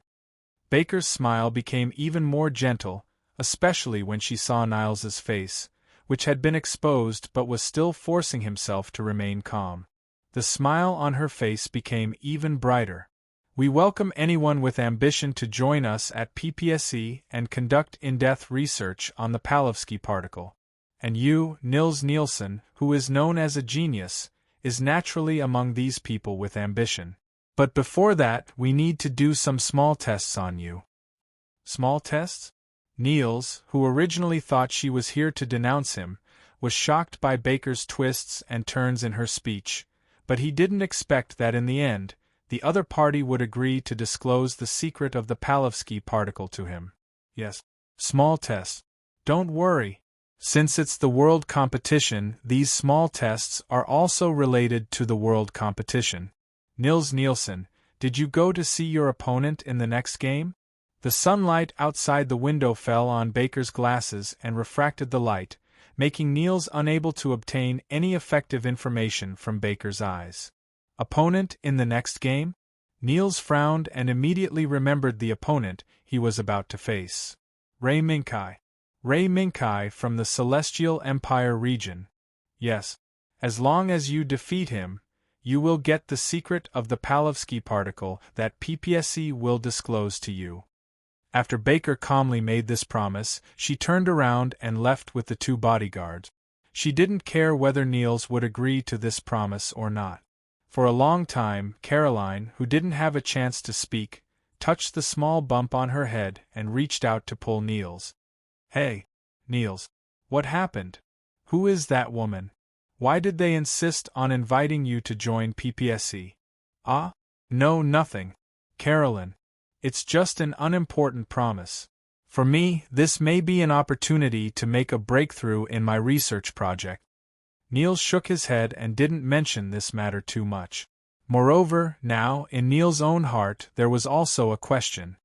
Why would she let me fight with Ray Minkai?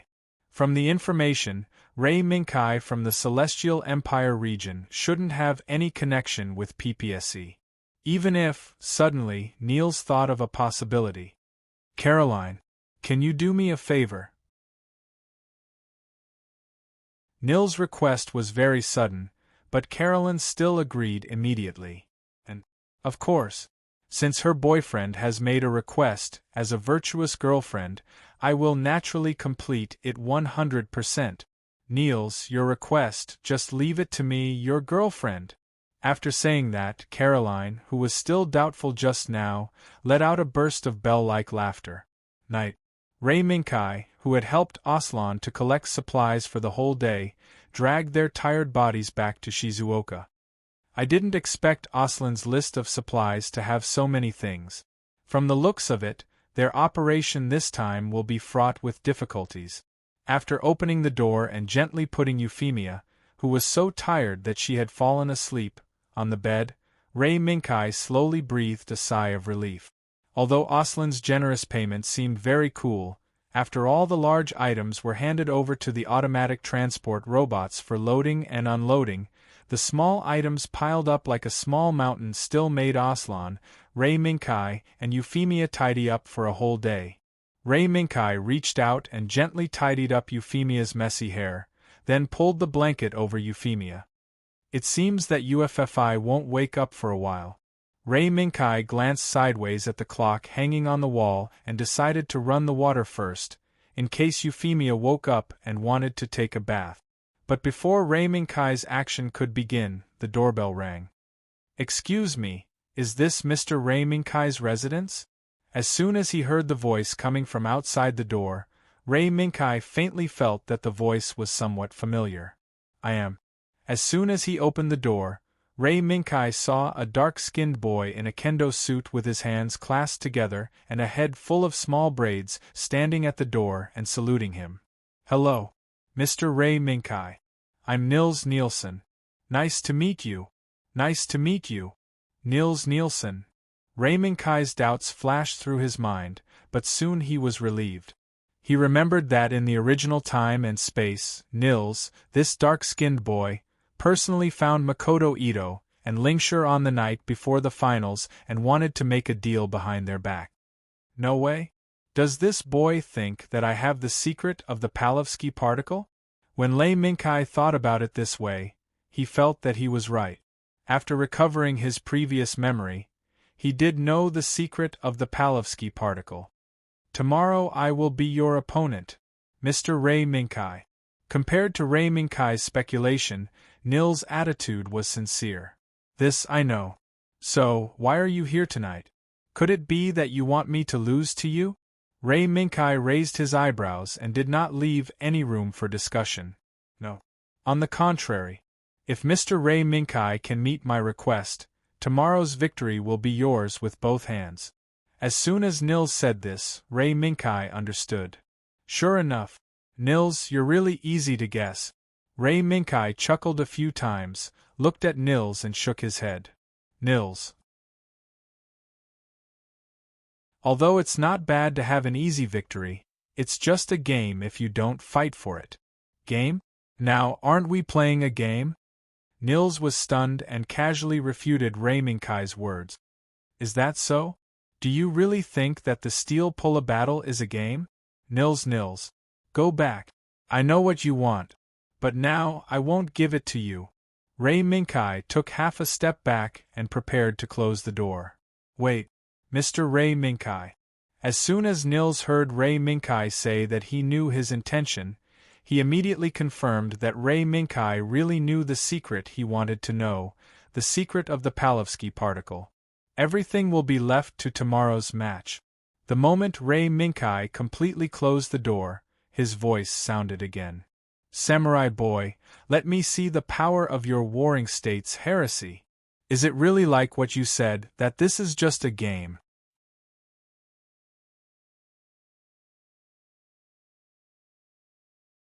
Chapter 160. The full moon hung high in the sky. Under the night sky, the mountains were covered in a layer of silver-white gauze. Surrounded by these mountains, an ancient city filled with Japanese architectural style stood on a plain full of cherry blossoms. Suddenly, a black shadow flashed across the night sky. It was incomparably fast. It was even faster than the wind. Whoosh! In the blink of an eye, this black shadow flew to the top of the Heaven's Guard pavilion. At the same time, another black shadow split off from it and landed on the top of the Heaven's Guard pavilion with the rustling sound of the wind. The moonlight was incomparably bright. It illuminated the two figures standing at the top of the Heaven's Guard pavilion exceptionally clearly. Ghost Mask. Samurai A. stood with his arms crossed. The two samurai swords at his waist faintly emitted waves of low hums amidst the rustling sound of the wind. This was the beloved machine of Niels Nielsen, known as the Samurai Kid, the Warring States Heresy. And opposite him, it was the terrifying skull pattern on his forehead. He wore a huge black cloak. Almost his entire body was hidden behind the cloak by the steel pullabody. Was the mysterious masked man, the steel pullabody used by Guy, the pirate Gouda? Are you here? Aren't you going to consider my suggestion? Niels retracted his gaze from the pirate Gouda and raised his head to look at Ray Minkai, whose face was covered by the light emitted by the Palevsky particles, and asked, "You know the answer." Ray Minkai's voice was very calm, and did not change because of Niels' persistence. "Is that so? Then, don't blame me for not showing mercy." Niels smiled and immediately began to move. Clang! The treasured sword was unsheathed. Under the operation of the pair of auxiliary arms that the Warring States Heresy was equipped with, in this world competition, the Warring States Heresy was able to kill gods and Buddhas. With a flash of cold light, the two swords slashed down towards the pirate Gouda Buzz. As expected, the two swords slashed down. Two cold lights pierced through the air from the blades of the swords. At an extremely fast speed, they intersected with each other and bombarded the pirate Gouda. The momentum of this attack was quite shocking. However, pirate Gouda didn't do anything. He just stood quietly in his original position. He allowed the night wind to blow his cloak, and the unique rustling sound of the cloak fluttering in the wind could be heard. Buzz! Buzz buzz! The sword light was getting closer. The buzzing sound of the swords approached the pirate Gouda suddenly. The cloak on pirate Gouda's body suddenly flew backwards, separating from pirate Gouda's body in the blink of an eye. It kept tumbling in the air, sliding down into the darkness below. Boom! It hit. At the moment when the cape flew away from the pirate Gouda's body, the Sengoku Heresy's sword light, no, it could be described as sword chi to describe this move of the Sengoku Heresy. The crisscrossing sword chi exploded in front of the pirate Gouda, creating a cloud of dust that covered everything except for the Heaven's Guard pavilion where the Warring States heretic was. Did I hit it? There was a confident smile on Niels' lips. This was the most perfect body that he had ever made. The power it possessed was unquestionable. However, the billowing smoke and dust was split open in the next second. Yes, the smoke and dust was split open. In that perfect line, a cold light suddenly appeared from the depths of the smoke and dust. It had already split open the billowing smoke and dust, revealing the figure buried in it. Pirate Gouda holding two swords in his hands. From the outside, it looked like the enscathed pirate Gouda appeared in front of Niels again. Not hurt? How could it be? Niels' eyes widened slightly, but there was a trace of surprise. However, he did not panic and still adopted the strategy of letting the Sengoku Heresy continue to attack. With a raise of his auxiliary arm, the katana that the Sengoku Heresy relied on once again shot out two sword chi, pouncing towards the pirate Gauda one after another. Pirate Gauda, who was once again facing the sword chi attack, did not panic. Instead, he calmly took a stance. His left hand held the sword in front, and his right hand held the sword behind. His lower body was in a horse stance. Then, he raised his right hand and suddenly slashed down towards the oncoming sword chi. "Give it to me." Break. Clang. The sword light in the pirate Gauda's hand flashed, and the two sword chi from the Sengoku heresy were easily shattered by the pirate Gauda's sword. Wow! The audience was surprised. Niels was even more shocked. How could it be? The katana of the Sengoku heresy uses a paint that I specially modified to be able to make such an attack. Logically speaking, no one should be able to resist the attack of the Sengoku heresy? Niels's thoughts flashed through his mind. Then, what about this move? After a failed attack, the Sengoku heresy stepped out with his right foot, raised his two blades high, and suddenly burst out with an extremely fast speed, like an arrow leaving the bow. He rushed towards the pirate Gauda, who, the wind howled. The sword in the Sengoku heresy's hand exploded with a cold light, like a giant net covering the sky. It covered the pirate Gauda. However, this seemingly terrifying move was blocked by the pirate Gauda at the moment when it was about to hit the pirate Gauda, or was it blocked? Niels narrowed his eyes, and the Sengoku heresy immediately raised his right foot and brazenly kicked towards the pirate Gauda's waist. Boom! Unfortunately, almost at the same time, the pirate Gauda also raised his left foot, which happened to block the right foot of the Sengoku heresy's kick, and fiercely kicked it together. The strong force of the collision immediately made the Sengoku heresy and the pirate Gauda take a few steps back together, and once again widened the distance between them. Not bad. The pirate Gauda casually waved his hand, after casually making a sword flower. He pointed at the Sengoku heresy. "You too. Rei Minkai. Moreover, it seems that you have already seen through the secret of the Sengoku heresy." Although he said that his secret had been seen through, the confidence on Niels' face did not disappear because of this. On the contrary, it became even stronger. "Is that so? I just happened to use the weapon that the pirate Gauda should have." Two swords. Not only were they two swords, at the same time, the processing technology was the same as the two swords. Rei Minkai, who was familiar with the plot, knew that the two swords of the Sengoku heresy had a unique processing technology that could restrain particle weapons. As long as this pair of swords was in hand, the Sengoku heresy could be said to not be afraid of any beam weapons, and at the same time, it was the natural enemy of all the steel pullabodies that used beam weapons on a large scale. Therefore, the pirate Gauda completely abandoned all beam weapons in this battle and replaced them with live ammunition weapons. For example, the two swords in the pirate Gauda's hands at this time. Buzz. Niels didn't intend to fight while shooting his mouth off. While he was talking, the Sengoku heresy began a new round of attacks. The swords were swung and sword chi was everywhere. Sword chi was constantly formed under the Sengoku heresy's swords, violently scratching the roof of Tiansho Pavilion, while continuously surrounding the pirate Gauda, who was also standing on top of Tiansho Pavilion. Clang! The two swords in the pirate Gauda's hands were constantly humming, like a warrior thirsting for blood. Under the pirate Gauda's swings, the incoming sword chi were all destroyed. Until the entire Tiansho Pavilion was no longer the same as before, the pirate Gauda was still standing in the same place.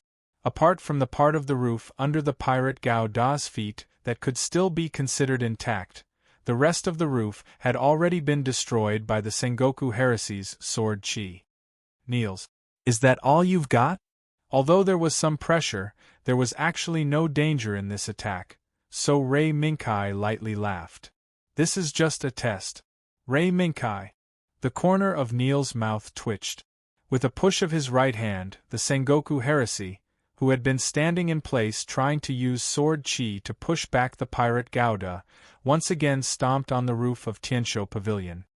Boom! The Sengoku Heresy charged out, waving his sword as he pounced at the pirate Gouda. The pirate Gouda did the same. Clang! The two swords, bearing their sharp fangs and claws at each other, fiercely clashed together, then separated, then clashed together again. Clang!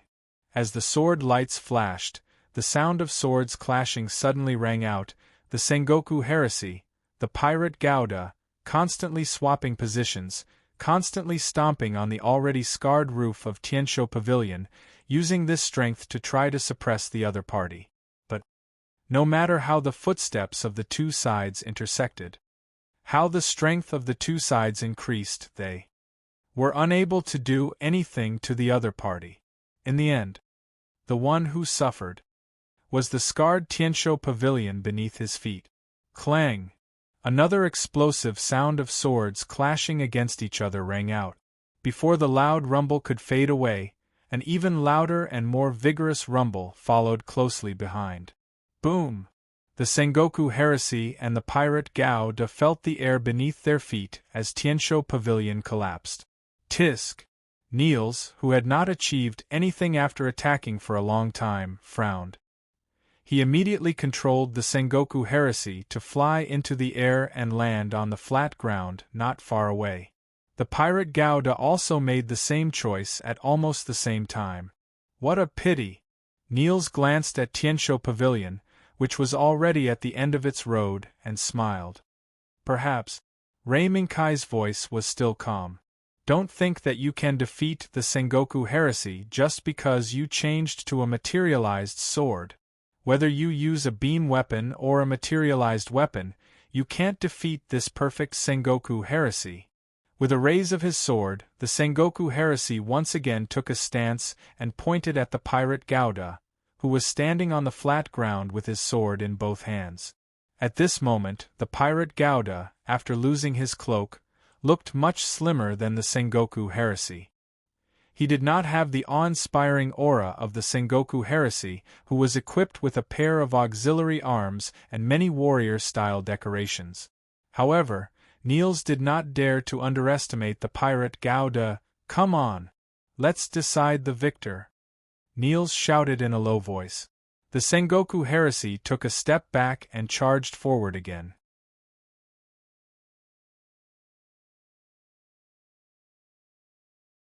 Chapter 161. Perhaps, no, this may have exceeded the boundary of the true system.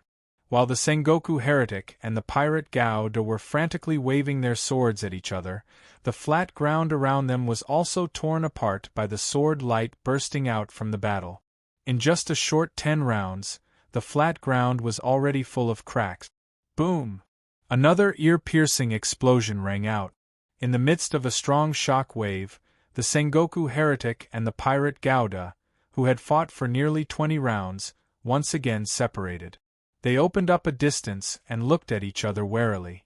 In front of Niels' eyes was the weapon that the Sengoku Heretic used to dominate all the competitions in the world competition, a system that could resonate with the particles used by the enemy's body and use it to destroy the enemy's particle field or equipment.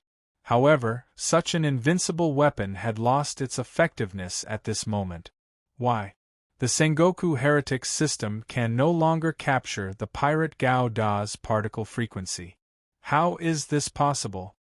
Niels' pupils shrank slightly, and there was a trace of surprise on his face. According to the theory of Niels' own research, this phenomenon should not exist. Am I negligent? It seems that my research is far from mature. Niels said in his heart, and his eyes showed a firm gaze again. It went without saying that Lei Minkai was aware of this. Oh? Did he react so quickly? It seems that this Niels is really a genius. After Lei Minkai praised Niels in his heart, he immediately made a decision. UFFI start. Next, there should be no Steel Eagle's part. Understood. UFFI responded crisply. After the Steel Eagle hovering over the pirate Gouda and the Sengoku Heretic made a long howl, it turned around and flew toward the edge of the arena. Don't you use your eagle armament? The steel eagle flying far away attracted Neil's attention. Eagle armament? Ray Minkai raised his eyebrows and shook his head. I don't need to use it in this duel, because if it is damaged in this duel, I will be heartbroken. Heartbroken? Niels thought for a moment and suddenly laughed a few times. Do you think that the Sengoku heretic is not qualified to see your steel eagle? No. This is an attitude problem. Because you are about to see the pirate Gao Da's hidden killer move. Is that so? Then let me wait and see. Niels shouted, and the Sengoku heretic suddenly turned into wind and thunder, and rushed toward the pirate Gao Da Clang. At this moment, the swords that had just stopped clashing once again, producing a series of loud and ear-piercing clashing sounds. Pirate Gundam swung his sword with his left hand. The Sengoku heretic raised his right hand at the same time. He raised the sword in his left hand, and went straight toward the pirate Gao Da's chest at a tricky angle. But, in the next second, the pirate Gao Da's right hand appeared in front of the blade that was going straight toward his chest, and suppressed it. Seeing this, Niels turned his right hand slightly. The Sengoku heretic's right wrist turned, and changed from a lift to a stab, and stabbed toward the pirate Gao Da's waist. At this moment it was extremely dangerous. Ray Minkai's eyes changed, and his right index and middle finger quickly pointed a few times, and the pirate Gao Da's right forearm suddenly lit up. Swish! It turned out that the pirate Gao Da's beam shield was activated at this critical moment. Zap! The extremely dangerous stab was blocked. But Niels was not discouraged because of this. Instead, a smile appeared on his face. No matter how you hide, now what you hide will have nowhere to hide. In front of Niels's eyes, there were two curves that were quickly fusing together, flashing with green light. Buzz, buzz, buzz, buzz. As the pirate Gao Da's particle frequency was seen through, the sword that was blocked by the beam shield also began to erupt with its full power. With the help of the secret weapon possessed by the Warring States heretic, the sword that was blocked once again released its dangerous claws and launched a fierce attack on the beam shield with an attitude of seizing every second. Crack! After a crisp sound, it was the moment the beam shield shattered. Got it! A cold light flashed in Niels's eyes, and the sword in the Sengoku heretic's hand immediately rushed toward the pirate Gao Da's waist. As long as this attack hit, then this duel can be basically a foregone conclusion. However, at this critical moment, the pirate Gao Da, who was still in a stalemate with the Sengoku heretic a second ago, suddenly moved half a minute to the right, and just happened to let the Sengoku heretic's sword, which was enough to make the pirate Gao Da die on the spot, pass by the pirate Gao Da's waist. Buzz! The blade let out a meaningless hum. Under this inertia, the Sengoku heretic crashed into the pirate Gao Da's arms. Not good! Niels's reaction was not slow. The moment the Sengoku heretic's attack failed and crashed into the pirate Gao Da's arms, he immediately took action. The huge mask on the back of the Sengoku heretic suddenly closed the hollow mouth, and the pair of deep hollow eyes on it lit up with a burst of fluorescence. Buzz! Not good! In an instant, Ray Minkai, who had been on guard, immediately stopped the pirate Gao Da and stabbed the blade of the Sengoku heretic with his backhand, and burst out with all the thrust of the pirate Gao Da, trying to get away from the Sengoku heretic's side in this short moment. Bang! It was only a difference of a second. When the pirate Gao Da just started beside the Sengoku heretic, an inexplicable wave burst out from the Sengoku heretic's body and quickly spread out. That was close. After quickly pulling a distance, Ray Minkai, who let the pirate Gao Da stand firm again, secretly said that he was lucky. You escaped really fast. Ray Minkai. Niels's eyes flashed, but he also secretly said that he was lucky. However, in the next second, Niels also had a trace of doubt. Could it be that Ray Minkai had already seen through the Sengoku heretic's trump card? Otherwise, how could he let the pirate Gouda quickly escape from the Sengoku heretic's side the moment he used his trump card? Yes. Otherwise, the one who lost now would be me. Rei Minkai smiled, and the pirate Gouda slowly raised his two swords. Niels, the ancients say, it is impolite not to reciprocate. Since you have already revealed your trump card, then, it should be my turn. It is impolite not to reciprocate? Forget it. Since you know the trump card of the particle force, then, let me see where your confidence lies. The wind blew. This sudden breeze carried the smoke and dust raised by the collapse of the Heaven's Guard pavilion, floating in the air. The smoke and dust rolling in the breeze slowly spread across the flat ground between the pirate Gouda and the Sengoku heretic. Suddenly, the moment Salt City enveloped the pirate Gouda and the Sengoku heretic, a cold light broke through the smoke and dust, tore through the void, crossed the flat ground, and rushed to the front of the Sengoku heretic, straight for the head of the Sengoku heretic. Clang! This attack. The Sengoku heretic blocked it, but there was still the next attack. Shwa! The sword light suddenly appeared, it was the chest. Clang! The Sengoku heretic held the sharp sword in his left hand and blocked this attack. Shwa! Amidst the billowing smoke and dust, the third attack came one after another. The Sengoku heretic flipped his right hand and once again used the posture of holding the sharp sword to block the attack that went all the way to his waist. This is a combo? One strike, another strike. Never stopped, as long as they were blocked by the Sengoku heretic. These slashes would immediately retreat, allowing the subsequent faster and sharper slashes to follow, rushing towards the parts that the other Sengoku heretics could not take care of. Niels gritted his teeth tightly, and his mind was highly concentrated on controlling the Sengoku heretic to block the slashes that could come from any direction in the billowing smoke and dust. Shwa! Clang! In just a few minutes, the Sengoku heretic had waved his sword to block no less than dozens of slashes from the surroundings. If it weren't for the fact that Niels knew that he was in the finals, he would have subconsciously thought that he had encountered more than one enemy. Since you rely on this smoke and dust to hide, then I will let this smoke and dust dissipate. Niels made up his mind and decided to launch the particle force of the Sengoku heretic again to forcefully disperse this damned smoke and dust. Bang! The mask on the back of the Sengoku heretic was launched again. Particle force. Disperse. The Sengoku heretic spun his two swords, and a powerful wave instantly spread out with the Sengoku heretic as the center, forcefully dispersing the billowing smoke and dust. Where is it? Looking at the rapidly dissipating smoke and dust, Niels did not relax, but became more nervous. He knew.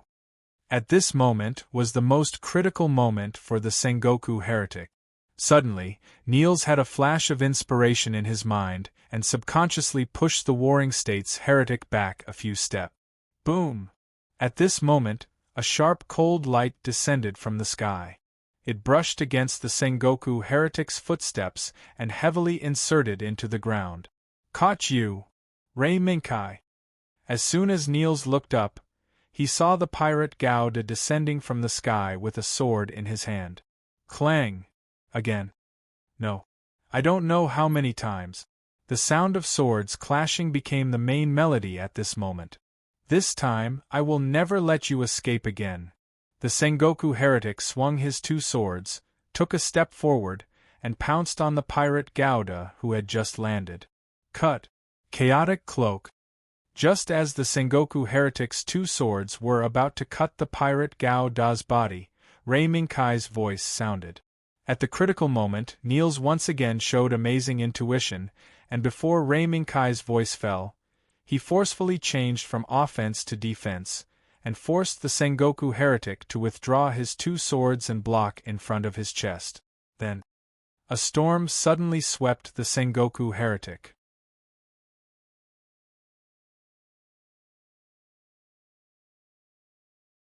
Chapter 162. Pung! Pung! Pung! The sword flashed. The footsteps staggered. The figure moved. At this moment, the Sengoku heretic and the pirate Gao-da were like fierce generals in an ancient battlefield, trapped in a battle to the death. And among them, the Sengoku heretic was the one who was suppressed. Too fast. It was really too fast. Niels never thought that the speed of the steel pulla model could reach such a fast level. When the Sengoku heretic had just blocked the attack, the next attack had already followed.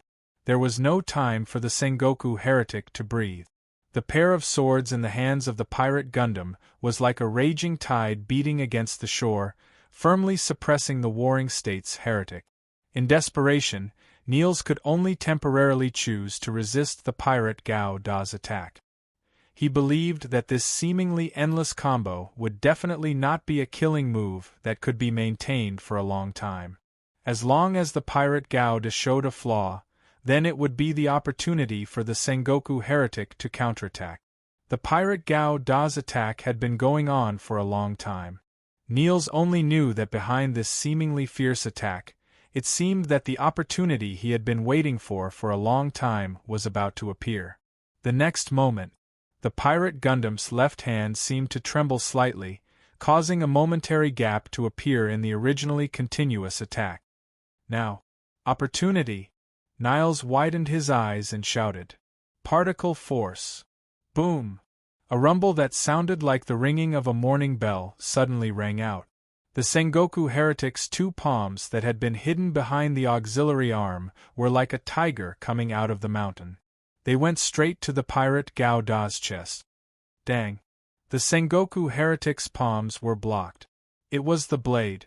It was the blade that the pirate Gao-da held in his right hand. Naive. Break for me. Even in the face of the blade that had suppressed him for a long time, the Sengoku heretic's palms still brazenly attacked toward the sharp blade. Pung!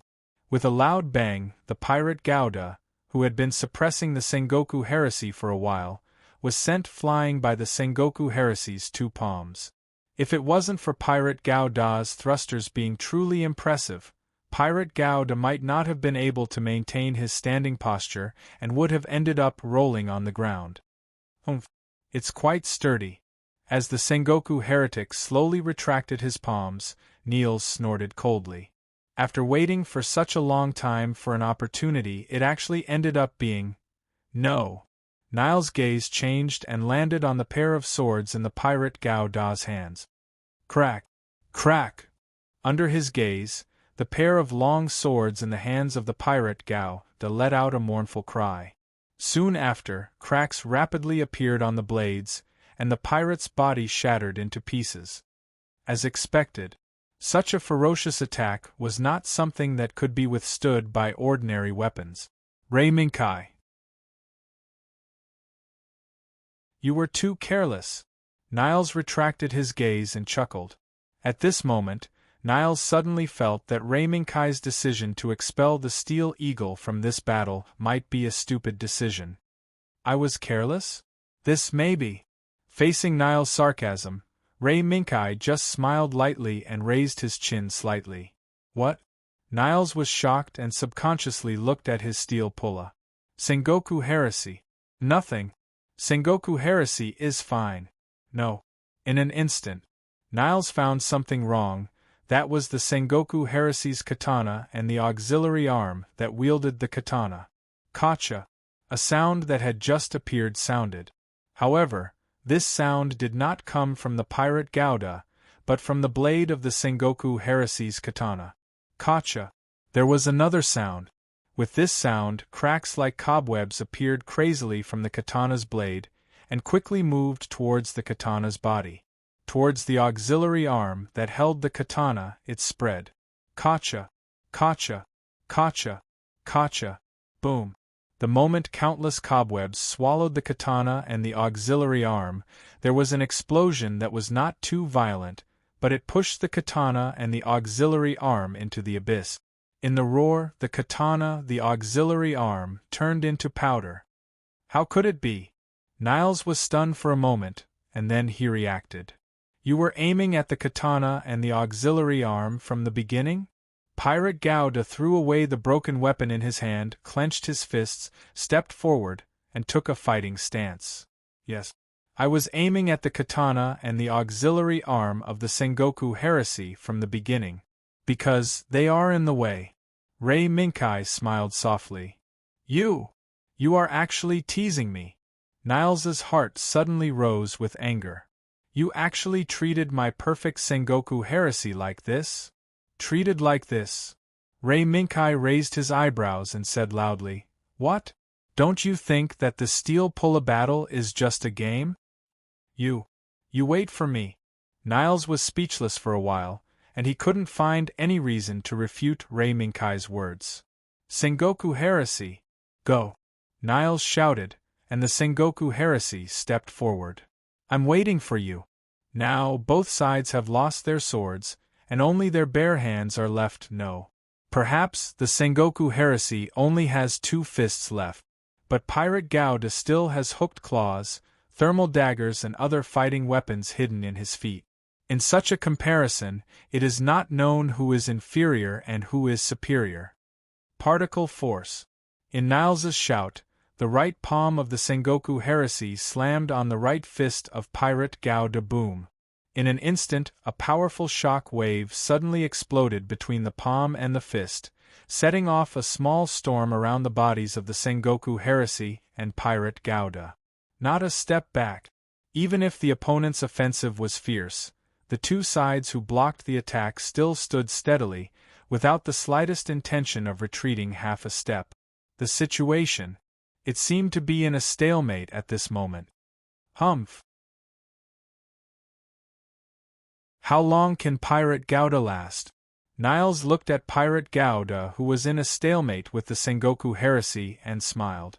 After activating the particle force, Niles believed that no mech would be able to last long against this killer move. Crack! The familiar voice rang out again. A crack appeared. As Niles expected, no body could resist the particle force of the Sengoku heresy.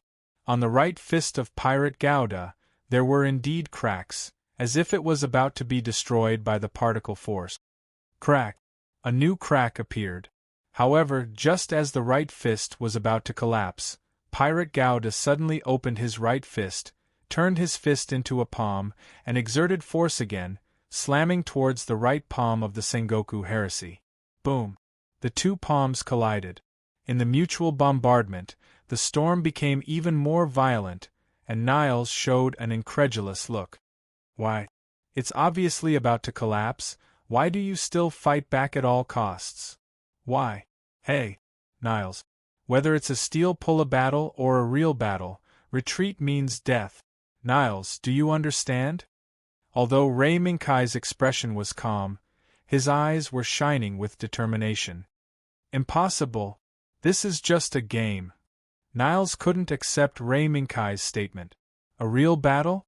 This world is just a world with peace as the main body. How could there be a war? You want to fight? Are you crazy? Rei Minkai. Crazy? Niles. Think about your obsession. If you really crack the secret of the Palovsky particle, then what changes will happen in this world? As the Sengoku heresy and Pirate Gauda's palms collided, the two of them continued to argue. Change. The Palovsky particle should have created more value for the future of mankind, not only used in the steel pull-a battle. Is that so? Then, let me see your determination. Rei Minkai, who didn't put much thought into the verbal attack, pushed his right hand, and a huge force immediately came out of Pirate Gauda's body, and suddenly exploded towards the Sengoku heresy. Boom! Under this great force, the Sengoku heresy actually took half a step back. This made Niles frown for a moment. He was not only surprised by the Sengoku heresy's retreat, but also surprised why Pirate Gauda's right fist was not destroyed by the Sengoku heresy's particle force, and still stubbornly remained in a stalemate with the Sengoku heresy. In the blink of an eye, the Sengoku heresy stood firm again, and fiercely pushed back Pirate Gauda's attack, and returned to the previous stalemate. It was at this time Niles suddenly found that Pirate Gauda's almost collapsed right fist could continue to persist under the Sengoku Heresy's particle force. How can this be? A trace of hesitation silently appeared in Niles' heart. As the person who personally created the Sengoku Heresy, Niles was very clear about the power of the Sengoku Heresy's particle force. But why did this killer move fail in front of Pirate Gauda? One more time. Niles, who didn't believe in heresy, decided to use the killer move again, particle force. The Sengoku Heresy retracted his right palm, and took advantage of Pirate Gauda's moment of confusion. He immediately hit out his left palm, launching a thunderous attack. Particle force. Boom! This time, it landed squarely on the Pirate Gundam's right palm. But the next scene surprised Niles. Why didn't the effect of the particle force take effect? Is it because the particles didn't pass into Pirate Gauda's body? Niles' eyes widened. In his astonished eyes, Pirate Gauda's right palm, which was hit by the particle force, did not suffer any damage. Except for the cracks on the outside, there were no other wounds. Yes, Niles, I have seen through your skill. Therefore, the particle force will not have any effect on Pirate Gauda. Raiminkai's mouth slightly raised, and he told the truth. Niles did not answer, but continued to work hard, and launched the particle force again. No, not again, but like Pirate Gauda's previous slash. He waved his palm crazily like a cape to attack. Bang! Bang! The exchange of blows appeared again. However, this time, the exchange of blows was not a collision between swords. It was a collision between two steel pullamodels, palm against palm, fist against fist. At this moment, under the control of their respective controllers, the warring states Heretic and Pirate Gauda were like martial artists, exchanging blows and kick. Particle force. Particle force. Particle force. Killing moves had become worthless moves at this time, and they were constantly used by Niles. Every attack of the warring states Heretic carried the unique light of the Palovsky particles. Every time he collided with Pirate Gauda, bursts of dazzling light would explode. On the field, it had been occupied by the light that erupted from the battle between the warring states Heretic and Pirate Gauda. All the audience could see was two figures shuttling back and forth in this burst of light. Other than that, they couldn't see anything clearly. Is this a model game? Or a fight? In VIP Room 1, Little Snow, who was holding a glass of juice, leaned on the sofa and lazily drank it, blinked her eyes. It's a steel pulla battle. Mimi rolled her eyes and nodded. Is that so? Obviously, Little Snow couldn't believe that the battle in the center of the venue was still limited to a model battle. Probably. Look, they're fighting so fiercely, but it didn't affect the other audience. Mimi pointed at the audience, who became more and more excited because of the increasingly fierce battle. But if they changed to the real Gauda, Little Snow put down the juice, but before she could finish, she was interrupted by an old voice. If they change to the real Gauda, then this venue and even this city will cease to exist. Hearing this voice, Mimi and Little Snow immediately turned their heads and looked outside the door in surprise, and shouted together, "Grandpa! You're here!" "And I'm here. I heard from Doman that a very interesting guy appeared here. So, I came over to take a look." An old man in a training suit stroked his beard and showed a kind smile, then he walked into VIP Room number 1. "Interesting guy? Who?" Little Snow blinked her eyes, seeming to be interested in the old man's words. The old man smiled and pointed at the center of the venue. "Isn't that person right there?" Boom! An explosion sounded, and two figures flew out from the smoke and dust that filled the sky. By the time they regained their balance, large and small pieces of debris fell to the ground. As the audience's vision became clear again, everyone saw a shocking scene. Just now, other than the long sword and auxiliary arm that were destroyed, the two steel pulla bodies that were still in good condition were now in a sorry state, and their bodies were covered with wounds. Especially their fists, which were filled with cracks, and they looked as if they were about to completely collapse. Niles, looks like your Warring States heresy isn't that great after losing the particle force. Is this your so-called perfect steel pulla? Ray Minkai ignored Pirate Gao Da's injuries, and his mouth curved into a mocking smile. Shut up. Although I don't know how you made the particle force lose its effect, I won't allow you to deny my Warring States heresy. Niles, who was really angry, had forgotten his original intention of participating in the competition, and there was only one thought left in his mind. And that was to kill Pirate Gauda. Then, he ruthlessly punched Lei Minkai's face that made people go crazy with hatred. You won't let me say it? Fine. As long as you defeat me, you can do whatever you want. Ray Minkai chuckled. Pirate Gauda shook his arms, and after the broken beam shield fell to the ground, he once again got into a fighting stance. Ray Minkai. Niles' anger exploded in an instant. The mask on the Warring States heresy's back flashed, and the most brilliant light since the battle erupted, and a particle storm immediately wrapped the Warring States heresy in it. I'll use this attack to finish you off. Ray Minkai. Today, even if the Warring States heresy is damaged, I will still defeat you. Die! In the storm, the Warring States heresy clenched his right fist, as if he was accumulating power, and all the Palovsky particles around him were fused into his fist. Particle. Gene. When the Warring States heresy's fist was suffused with a stinging light, Niles roared, and the Warring States heresy suddenly stepped on the ground, and rushed towards Pirate Gauda like an arrow released from a bow. Come on! Ray Minkai's eyes flashed, and his hands pressed down hard, and his 10 fingers frantically jumped on the control ball at a high frequency. Then, the X-type thruster on Pirate Gauda's back separated into 8 energy plates, and a faintly discernible halo instantly appeared behind Pirate Gauda. No matter what you're doing, you can't resist the full power attack of the Warring States heresy. Warring States heresy? Go for me. Niles' eyes widened, and he stared at Pirate Gauda and roared. The Warring States heresy swept over with a roaring particle storm.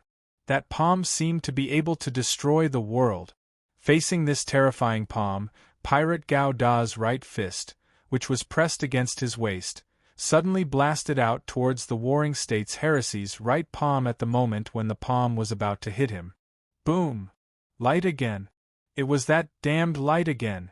Between the Warring States heresy's full power attack and Pirate Gauda's counterattack, that damn light appeared again, blocking the view of the whole country's audience, and only the rumbling sound of the explosion could be heard. It's over. Little Snow subconsciously straightened her body and looked at the steel pulla battle platform. Yes, it's over. The old man slowly nodded his head with his hands behind his back. Doman is right. He really is an interesting guy. Grandpa, are you moved? Mimi rolled her eyes and revealed a smile. Haha. Not at all, Mimi.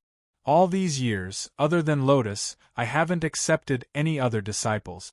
This time, I just came out because I'm bored. Is that so? Yes. Rumble. While the grandfather and granddaughter were talking and laughing, the battle on the stage came to an end. The light faded. Standing on the stage was Pirate Gauda, who was covered in wounds and had both his arms cut off, but still stood on the stage. The battle is over. The winner is Ray Minkai, Euphemia. Looking at the pop-up caption, Niles stared blankly at the Warring States heresy that had already turned into pieces. I lost.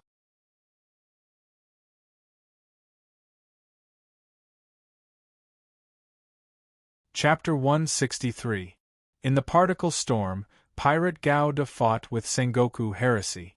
When Sengoku heresy's right palm, filled with Palovsky particles, blasted toward Pirate Gauda, and was blocked by Pirate Gauda's palm, the whole world suddenly stopped.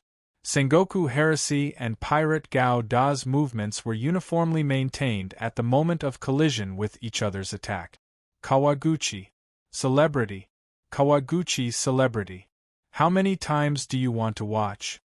As Alan's voice sounded, the light also lit up, illuminating the entire room, and also expelled the man sitting on the sofa from the darkness.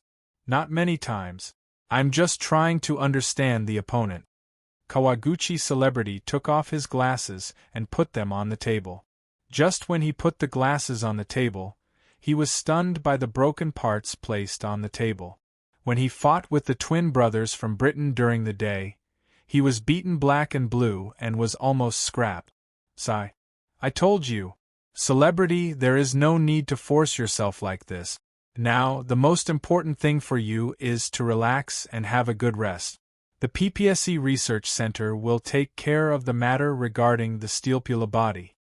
Alan and Kawaguchi celebrity were old acquaintances. As soon as he saw Kawaguchi celebrity's expression, he knew that Kawaguchi celebrity was not only shocked by the battle during the day, but also by one of the two opponents he had always valued, Rei Minkai. Relax. Kawaguchi celebrity said softly, and suddenly laughed a few times. Why? Are you really shocked? Alan was taken aback and asked quickly. No, not at all. I just feel that I'm a bit stubborn. Kawaguchi celebrity shook his head, then stood up and looked down at the broken Jing Baofan on the table. I know the strength of PPSC very well. There were still 3 days left before the next battle with Guy. In these 3 days, can PPSC complete Kawaguchi celebrity's new body? Facing Kawaguchi celebrity's question, Alan smiled, and his smile was full of confidence. Don't worry, celebrity. The strength of PPSC is unquestionable. Now, maybe your new body is already on the way. At this moment, Aaron's communicator suddenly rang.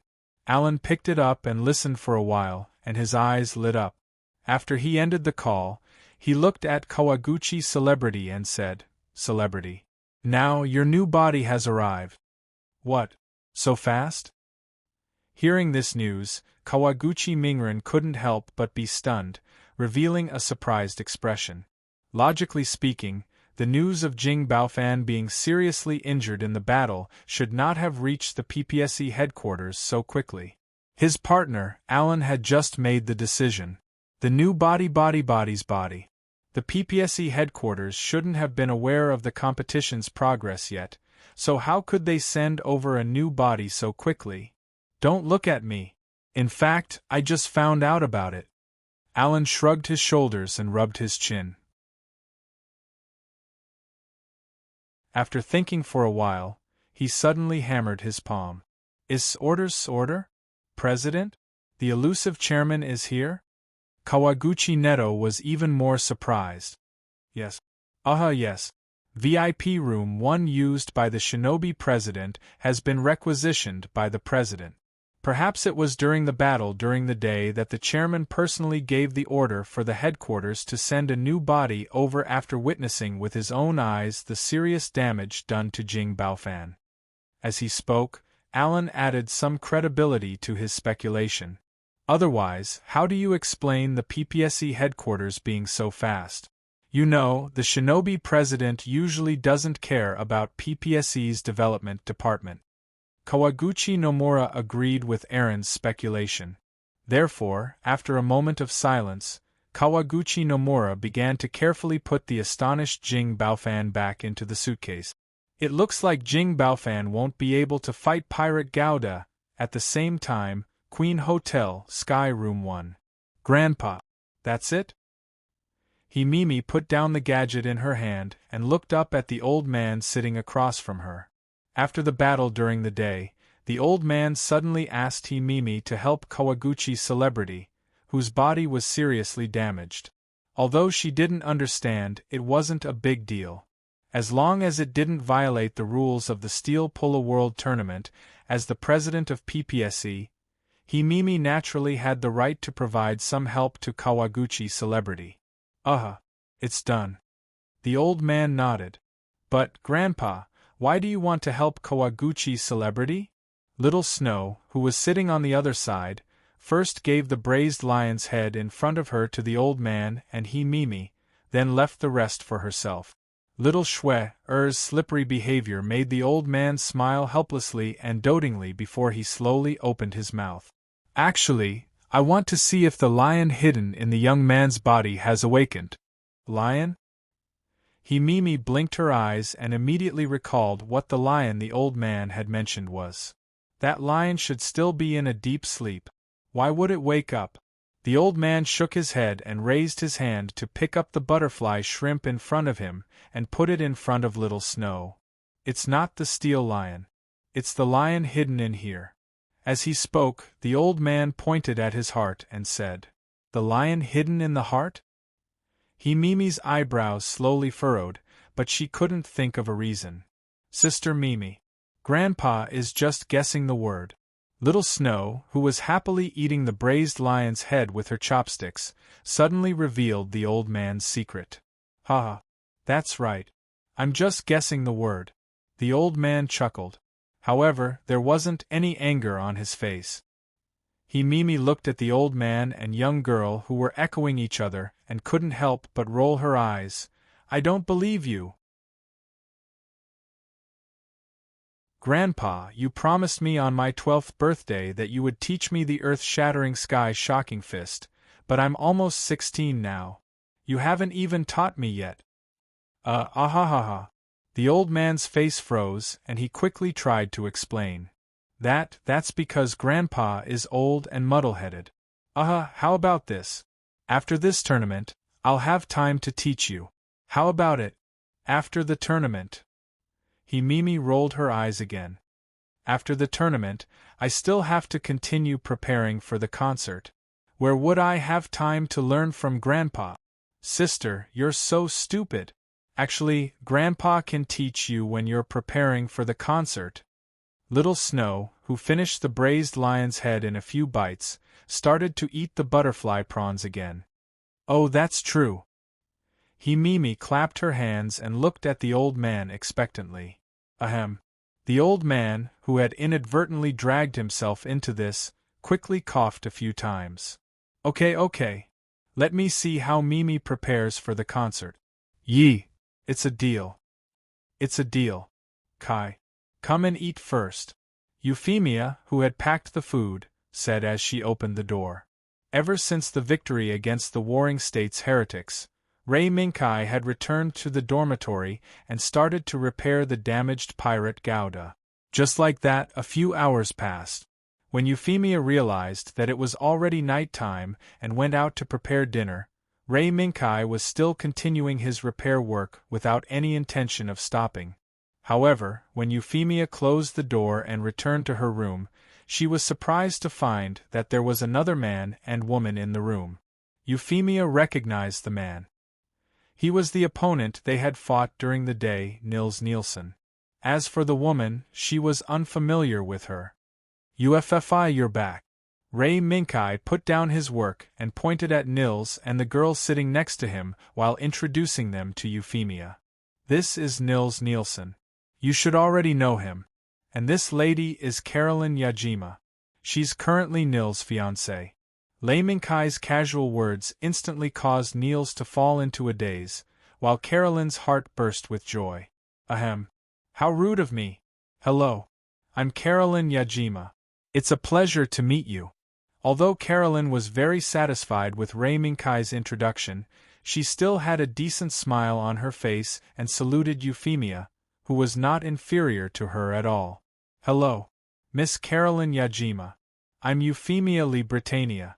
It's a pleasure to meet you." Carolyn's manners were decent, and Euphemia, who was born as an imperial princess, was naturally not to be outdone. After she elegantly handed the lunchbox to Ray Minkai, she took a step back and returned a courtly greeting to Carolyn. "I lost." At this moment, Euphemia's impeccable etiquette made Carolyn feel defeated. Carolyn, who boasted that she came from a prestigious family, didn't expect that there would be a woman who was more perfect than her. Attitude, manners, etiquette, perfect. Very perfect. Carolyn's evaluation of Euphemia's performance flashed through her mind, and she couldn't help but think of her father's teachings. Beside every successful man, there will always be a perfect woman to assist him, and in the end become the man's mirror. A perfect wife symbolizes the man's success. How can there be such a perfect woman in this world? Could she be a princess of some country? How is that possible? As the young miss of the Ajima group, how could there be a princess of a royal family that she doesn't know? Carolyn, what's wrong?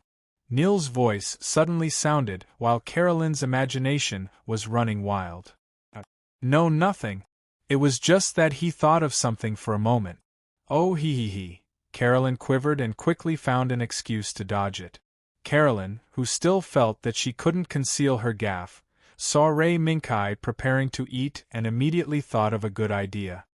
That's right. Mr. Ray Minkai and Miss Euphemia, you haven't eaten yet, right? Ray Minkai, who took the chopsticks from Euphemia and was about to eat, looked down at the lunchbox Euphemia brought back and exchanged a glance with Euphemia. UFFI, you ate outside? Euphemia shook her head. Then, let's eat together. Euphemia didn't agree and instead looked at Carolyn and Nils. This time, even if they didn't say anything, Nils understood. He nodded, got up, and grabbed Carolyn's arm. After saying no, he said goodbye to Ray Minkai and Euphemia while pulling Carolyn, who was confused, out of the room. I didn't expect Nils to be so smart. As expected of a genius young man. Looking at Carolyn's strong initiative at the critical moment, Nils was still the quick-witted one. Kai, what is Nils doing here? Euphemia tried to use the chopsticks and successfully picked up a piece of vegetable core from the lunchbox. She couldn't help but sigh in relief and ask the question in her heart. After giving a thumbs up to Euphemia, Ray Minkai slowly said, "It's about the Palevsky particle. Of course, it's more of a challenge." Euphemia carefully chewed for a while and swallowed the vegetable core. She thought for a bit. I know about the Palevsky particle, but Nils still hasn't given up on fighting us? Haha. I'm just unwilling. After all, the Warring States heresy is the most perfect steel pull-a-body that Nils thinks is the most perfect. So I, who destroyed such a perfect body, naturally became a thorn in his side. Halfway through his sentence, Lei Minkai suddenly realized that there was a piece of meat at the side of his mouth. He turned around and saw that it was actually Euphemia who had picked it up. It seemed that Euphemia, who had just learned how to use chopsticks, was playing with the chopsticks in high spirits. Of course, the final result of this play was that the piece of meat that Euphemia picked up went into Ray Minkai's stomach. Is that so? Euphemia rolled her eyes and said with a smile, "Anyway, he will be defeated by you in the end. Let's ignore him for now." Now, what we have to do is to repair the pirate Gouda as soon as possible. Otherwise, when we fight against the celebrities, we might be at a disadvantage. Kai, you really value the fight against the celebrities. Euphemia put the chopsticks on the table and took out a handkerchief. After wiping Ray Minkai's mouth, she looked into Ray Minkai's eyes with her beautiful big eyes. Maybe. After all, the fight against the celebrities is the semi-finals. After that, it will be the finals. There, we will meet Cheng and the others and fight against them. Ray Minkai clenched his fist and smiled softly, of course. After that, we may be able to go back. UFFI, do you miss home? Home? When the original world was mentioned, Euphemia's eyes couldn't help but show a trace of confusion. During this period of time, although there were various restrictions, Euphemia was still free. This world broadened Euphemia's horizons a lot, so much that Euphemia couldn't imagine it. Hey, Kai, do you really think I can be the Empress? Suddenly, Euphemia buried her head in Ray Minkai's arms and asked softly. As long as you are willing, my lovely highness. As long as you want the whole world, I will give it to you. Lei Minkai gently hugged her tightly. His eyes were firm as he replied without hesitation.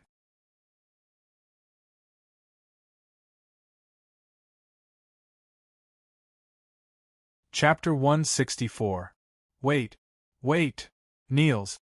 Carolyn, who was almost forcibly pulled out of the room by Niels, shouted a few times, and after discovering that Niels still didn't respond, she struggled to break free from Niels's hand. This time, Niels turned around and looked at Ray Minkai and Euphemia's room. Sorry, Carolyn. I didn't do it on purpose. It's just that they need some private space. Private space? Carolyn's brows trembled and she quickly reacted. However, although she already understood that Niels didn't do it on purpose, she couldn't help but take it to heart. Therefore, Carolyn took a step forward, grabbed Niels's right hand and said mysteriously, I say, Niels, as an engaged couple, don't we also need some private space? Niels was dumbfounded. Carolyn's thoughts jumped so fast that even he, who was called a genius, could keep up. Fortunately, at this critical moment, someone appeared and saved Niels from his suffering. Cough cough. Your Excellency Niels Nielsen, and Yajima Group's eldest Miss Yajima, good evening. Upon hearing that someone actually disturbed them, Carolyn immediately became angry. Since you know that I'm Yajima Group's eldest miss, why did you come out to disturb us? Carolyn turned her head angrily and saw a golden-haired, bespectacled woman in a decent office lady's uniform. She was surrounded by 2 bodyguards, and the woman bowed slightly to them. I'm very sorry. Yajima Group's eldest Mississippi, due to our agreement with Your Excellency Niels Nielsen, we had no choice but to disturb you. Secretary Baker? Niels also saw the woman. He looked at the blonde woman with glasses with slight surprise and said, Miss Baker, are you looking for me for something?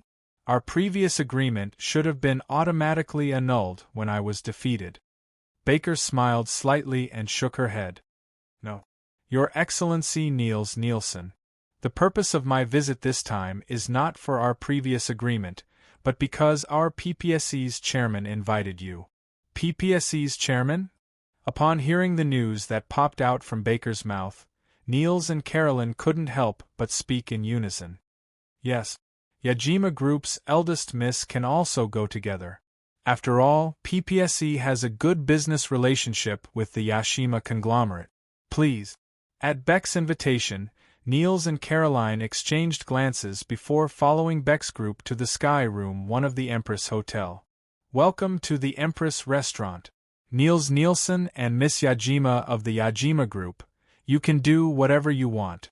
You don't have to care about us. As soon as they entered, Niels and Carolyn saw a large round table filled with all kinds of dishes. At the other end of the large round table sat an old man and 2 young children. Even though the old man's sideburns were white and he looked a little old, Niels felt an unprecedented pressure from him.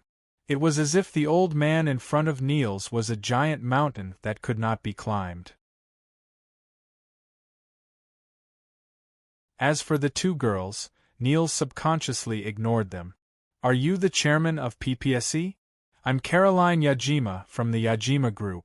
It's an honor to meet the legendary chairman of PPS. Not only Niels, even Carolyn, who boasted that she came from a famous family, also fell for it. They subconsciously thought that the old man who looked like an immortal was the mysterious chairman of PPSC. Ha ha ha ha. I'm not some chairman. I'm just a mere old man. She's the one who invited you here.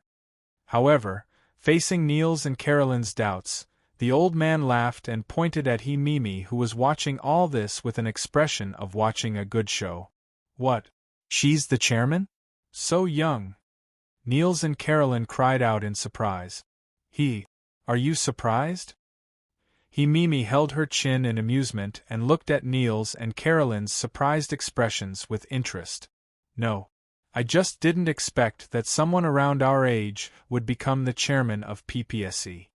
Niels, who quickly reacted, shook his head and explained. Carolyn also nodded in agreement. You guys. You're really inexperienced. My sister Mimi isn't just a small identity as the chairman of PPSC. Woo. Suddenly, the girl sitting beside Mimi was about to say a few more words, but was stopped by Mimi without batting an eyelid. Okay. You guys should be hungry. Let's talk while we eat. Mimi, who didn't want to waste too much time on pleasantries, called the two to their seats and went straight to the topic. Niels Nielsen, you're very interested in the Palevsky particle, and because of this reason, you didn't hesitate to participate in the Steel Pulla Battle World competition in order to get in touch with the higher-ups of PPSE and obtain the opportunity to study the Palevsky particle. Am I right? Mimi's words made Niels, who was about to pick up his chopsticks, freeze. Immediately, he calmed his emotions and nodded calmly. Yes, I didn't expect PPSE to be able to investigate my actions so clearly. As expected of PPSE. It's just a small trick. Mimi smiled faintly, and in the next second, threw out an even more frightening trump card. Niels Nielsen, are you only satisfied with studying the Palevsky particle? What if, in this world, there is a similar technology to the steel pulla? For example, the GN particle, the Minovsky particle, and so on. Pa-ta! The chopsticks in Niels' hand fell to the ground, making Carolyn, who wanted to take action but was restrained by etiquette, could only watch as little Snow ate heartily, startled. Voila! The sound of a chair being pushed rang out, and Niels stood up abruptly. This commotion also made little Snow, who had transformed into a foodie, and the old man look askance. Evidence. Niels took a deep breath and said. Mimi waved her right hand, and an unverified personal terminal, which could be freely browsed through, gently landed in front of Niels. You can open the file inside and take a look. Then you can make your choice. Mimi's voice was full of confidence. 10 minutes later, Niels raised his head from the virtual screen of the personal terminal with red eyes. He stared at Mimi and roared in a hoarse voice, "Where did you get this information? You don't need to know this for now. What's your answer?" The corner of Mimi's mouth gradually curved into a smile. Little Snow, who was sitting next to her, secretly thought, "Isn't this how I look when I'm in my witch character? If this is true, I'll agree to any of your requests." Niels' voice was loud and powerful. "Very good," Mimi praised. Ray Minkai didn't know that Niels agreed to Mimi's invitation, because right now, Ray Minkai was almost entirely focused on repairing and improving the pirate Gouda. In the next semi-finals, the body used by the Kawaguchi celebrity should be the Amazing Angel. No, maybe there will be some changes. Although the current world was generally similar to the Steel Pulla world that Ray Minkai was familiar with, there were some changes in the details. Even if the authority took a series of measures to prevent too much influence from causing drastic changes in the timeline of the Steel Pulla world, subtle changes were inevitable. Therefore, Ray Minkai still had to make more backup plans to deal with these subtle changes that may occur. Kai, is it okay to make this part like this? Euphemia, who had been concentrating on making parts, raised the longsword she made and asked. It's done. Next, let's do this first. Okay. In this way, the two didn't go out in the past 3 days, except for going out to eat. Even after the purchase operation was completed, Aslan, who came to find them while waiting for the City of Stars to carry out the transformation of the high-speed destroyer, ignored them. In the joint efforts of the two, the 3 days quickly came to an end. Semi-finals. The day of the battle with the Kawaguchi celebrity had arrived. Kai. Good morning. In the morning, Euphemia, who had changed into a white gauze dress dotted with cherry blossoms, stood at the door and smiled slightly. Good morning. UFFI. Ray Minkai nodded and reached out to touch his face, only to find that his mask had fallen on the table. Then, Ray Minkai also found that Euphemia's face was not wearing a white gauze. Today is the semi-finals. Let's win a beautiful victory fair and square. Euphemia waved her little fist and said seriously, which was rare for her. Let's win a beautiful battle. Hello everyone. I'm Kiera. Now I'm broadcasting the Steel Pulla World competition live for you. After this period of fierce competition, the top 4 have finally emerged from more than 100 steel pulla fighters from dozens of countries around the world. Today, after a fierce competition, the top 4 are waiting for the semi-finals that will determine their next step. Who will be the future champion? Please look forward to it with Kiera. As soon as Kiera's voice fell, there was a burst of noise in the venue. Kai and the others finally took off their masks? At some point in time, Fellini had appeared beside Kiera and was looking at Passage 1 with a faint smile. Mask? Kiera looked up and saw a pair of unfamiliar but familiar man and woman appearing on the big screen above the venue. And they were Rei Minkai and Euphemia, who had been showing their faces with masks and veils since the competition. It seems that the semi-finals will be a fierce battle. In a sense, the existence of masks and veils symbolized protection. Taking off the mask and veil was undoubtedly tearing off the last protection and showing their true appearance. Yes, I'm afraid the Kawaguchi celebrity is in trouble.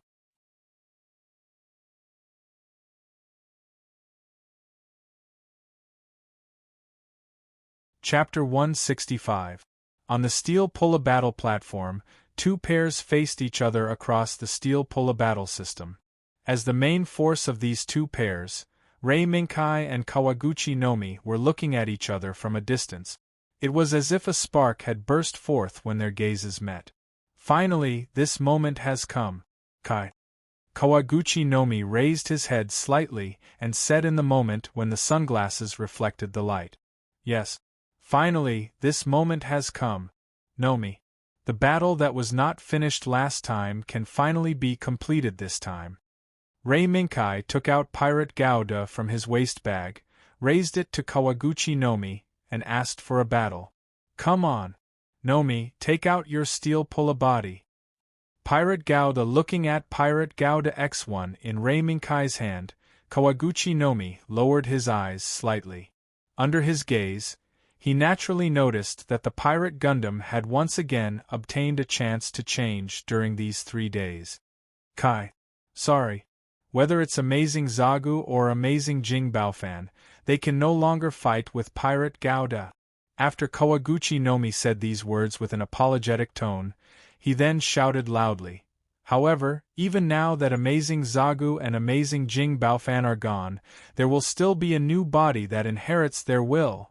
Kawaguchi Nomi stretched his right hand to his waist and held the steel pulla model in his hand tightly. Look, Kai. Use your eyes to see clearly. This is the new steel pulla body that inherits the will of Amazing Zagu and Amazing Jing Baofan. Amazing Avalanche Angel. Kawaguchi Nomi raised his right hand and showed the steel pulla model in his hand in front of Rei Minkai's eyes. Amazing Avalanche Angel? Rei Minkai was stunned at first, then calmed down. Changes have indeed occurred. In Rei Minkai's memory, when the Amazing Angel first appeared, it was not in a complete state. It was only because Amazing Jing Baofan unexpectedly suffered damage in the battle with the British twins that he could no longer continue the battle, and was urgently taken out as a backup body. However, unexpectedly, in the current timeline, even the Angel of Amazement had changed because of the change in the timeline. The imperfect state directly jumped to Avalanche Angel. Amazing Avalanche Angel? Not a bad name. Nomi, then, let the battle begin. Rei Minkai smiled slightly and began to set up the GP base. Of course, Kai. Let's have a wonderful battle. The next second, under the eager eyes of the audience, the unique brilliant light of the Palevsky particle appeared. Please set up the GP base. Palevsky particle dispersion. Venue 1 field universe. Please put in the steel pulla body. As the ejection chamber formed by the Palevsky particles closed, Rei Minkai and Kawaguchi Nomi, who had their hands on the control ball, took a deep breath and shouted at the same time. Pirate Gouda, Steel Eagle. Amazing Avalanche can be an angel. Rei Minkai, Kawaguchi Nomi, attack! X2. The moment the ejector screamed, Pirate Gouda, Steel Eagle, an amazing avalanche angel immediately rushed into the universe that had already become a battlefield. As soon as Rei Minkai rushed into the battlefield, a vast and boundless universe appeared in front of his eyes. In the distance there was the blue planet, and under Pirate Gao Da's feet was a huge colonial satellite. Not far from this colonial satellite was the moon that had accompanied the blue planet for thousands of years in this vast universe. L2's colonial satellite? Rei Minkai recognized that the side of the moon that was facing Pirate Gao Da was the back of the moon, which meant that Pirate Gao Da was now at the colonial satellite at L2. Suddenly, Rei Minkai made Pirate Gao Da turn around and look back, only to find that amazing avalanche angel was standing at the end of the colonial satellite, looking at Pirate Gao Da from afar. You don't want to attack immediately, so you want me to use my full strength? Famous. Amazing avalanche angel's action, or Kawaguchi no Mi's intention, Rei Minkai had already guessed it. UFFI, let's start. We have to use our full strength. But, we're starting so soon? Although Euphemia would not object to Rei Minkai's words, she also had some doubts about the decision to use full strength at the beginning. Yes. Other than that, other actions are just futile. Rei Minkai shook his head and said in a deep voice, "This will only make Kawaguchi no Mi look down on us." Understood. Steel Eagle, execute the procedure. Disintegration begins. Euphemia nodded, her hands quickly jumping on the virtual keyboard. Following the input of commands, the Steel Eagle that was hovering around Pirate Gao Da turned around and began the process of folding its wings, retracting its claws, and transforming into a disintegration. Then, under the gaze of amazing Avalanche Angel and Kawaguchi no Mi, the Steel Eagle that had transformed into a pair of huge arm guards buckled onto Pirate Gao Da's arms, and at the same time, a pair of long swords that flashed with cold light popped out from Pirate Gao Da's fists. Saint Slaying Sword. Kawaguchi Minami looked at the Pirate Gundam's massive arm guards that had never appeared again since the first time it had appeared in the regional tournament. Kawaguchi Minami recalled the shocking lightsaber that he had also caught a glimpse of. From the looks of it, this is Pirate Gao Da's strongest form, right? At the same time Kawaguchi no Mi's voice sounded, Amazing Avalanche Angel raised the GN sword in its hand and pointed at Pirate Gao Da, who was equipped with the Steel Eagle arm guards. Yes. Famous. Many thanks. Rei Minkai replied in a clear voice. No need to thank me. I just don't want this long-awaited battle to have even the slightest bit of regret. Kawaguchi no Mi's voice became louder and louder, and at the moment when his fighting spirit was burning to the extreme, his amazing Avalanche Angel turned into an afterimage and rushed towards Pirate Gao Da. Good. Famous. Rei Minkai praised loudly.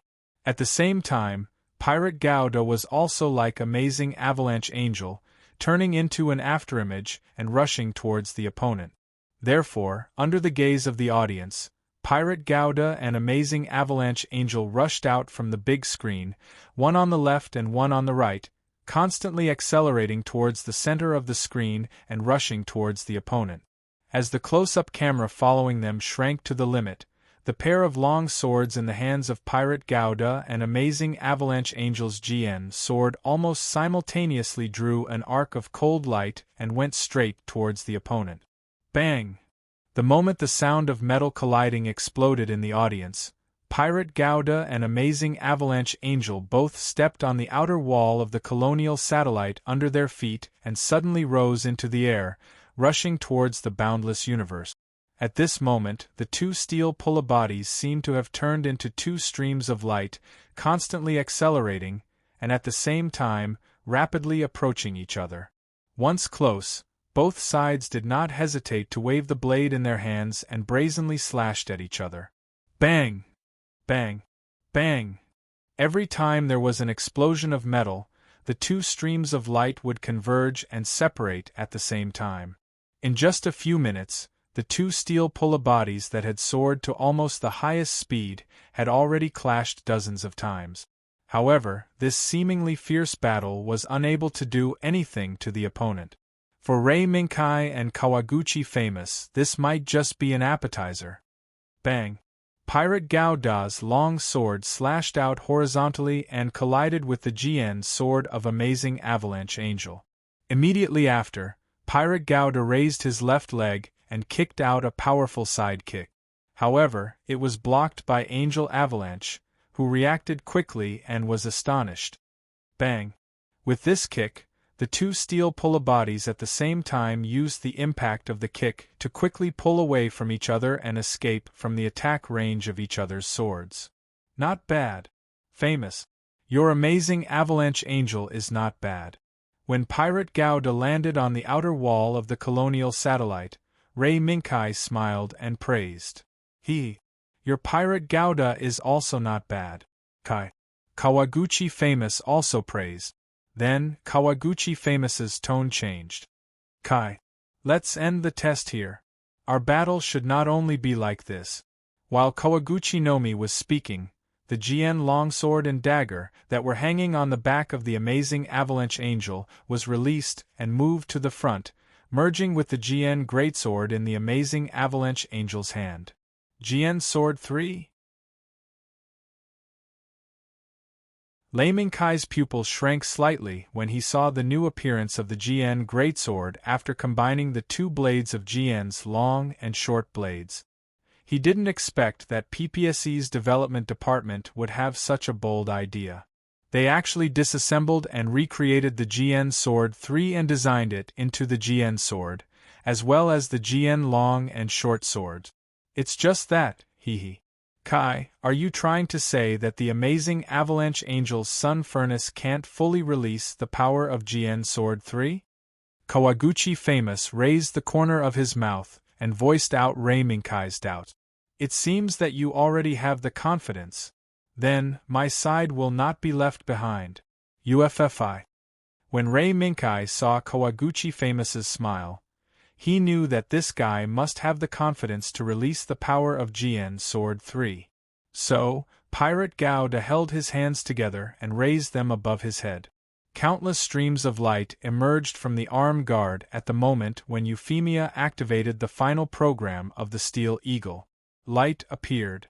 The light that was glimpsed in the regional competition reappeared in front of the world at this moment. Boom!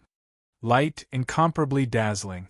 The moment the surging particle torrent gushed out, it formed a strong particle storm that shook the colonial satellite under Pirate Gao Da's feet. In the midst of the tremor, a red light lit up on the other side of the colonial satellite, followed by a beam of light that was not inferior to the light emitted by Pirate Gao Da Trans-AM. Jian Sword 3 Full Power. You're tuning in to the Phoenix Knights YouTube channel. Don't forget to subscribe and join us on this journey to catch the most captivating stories.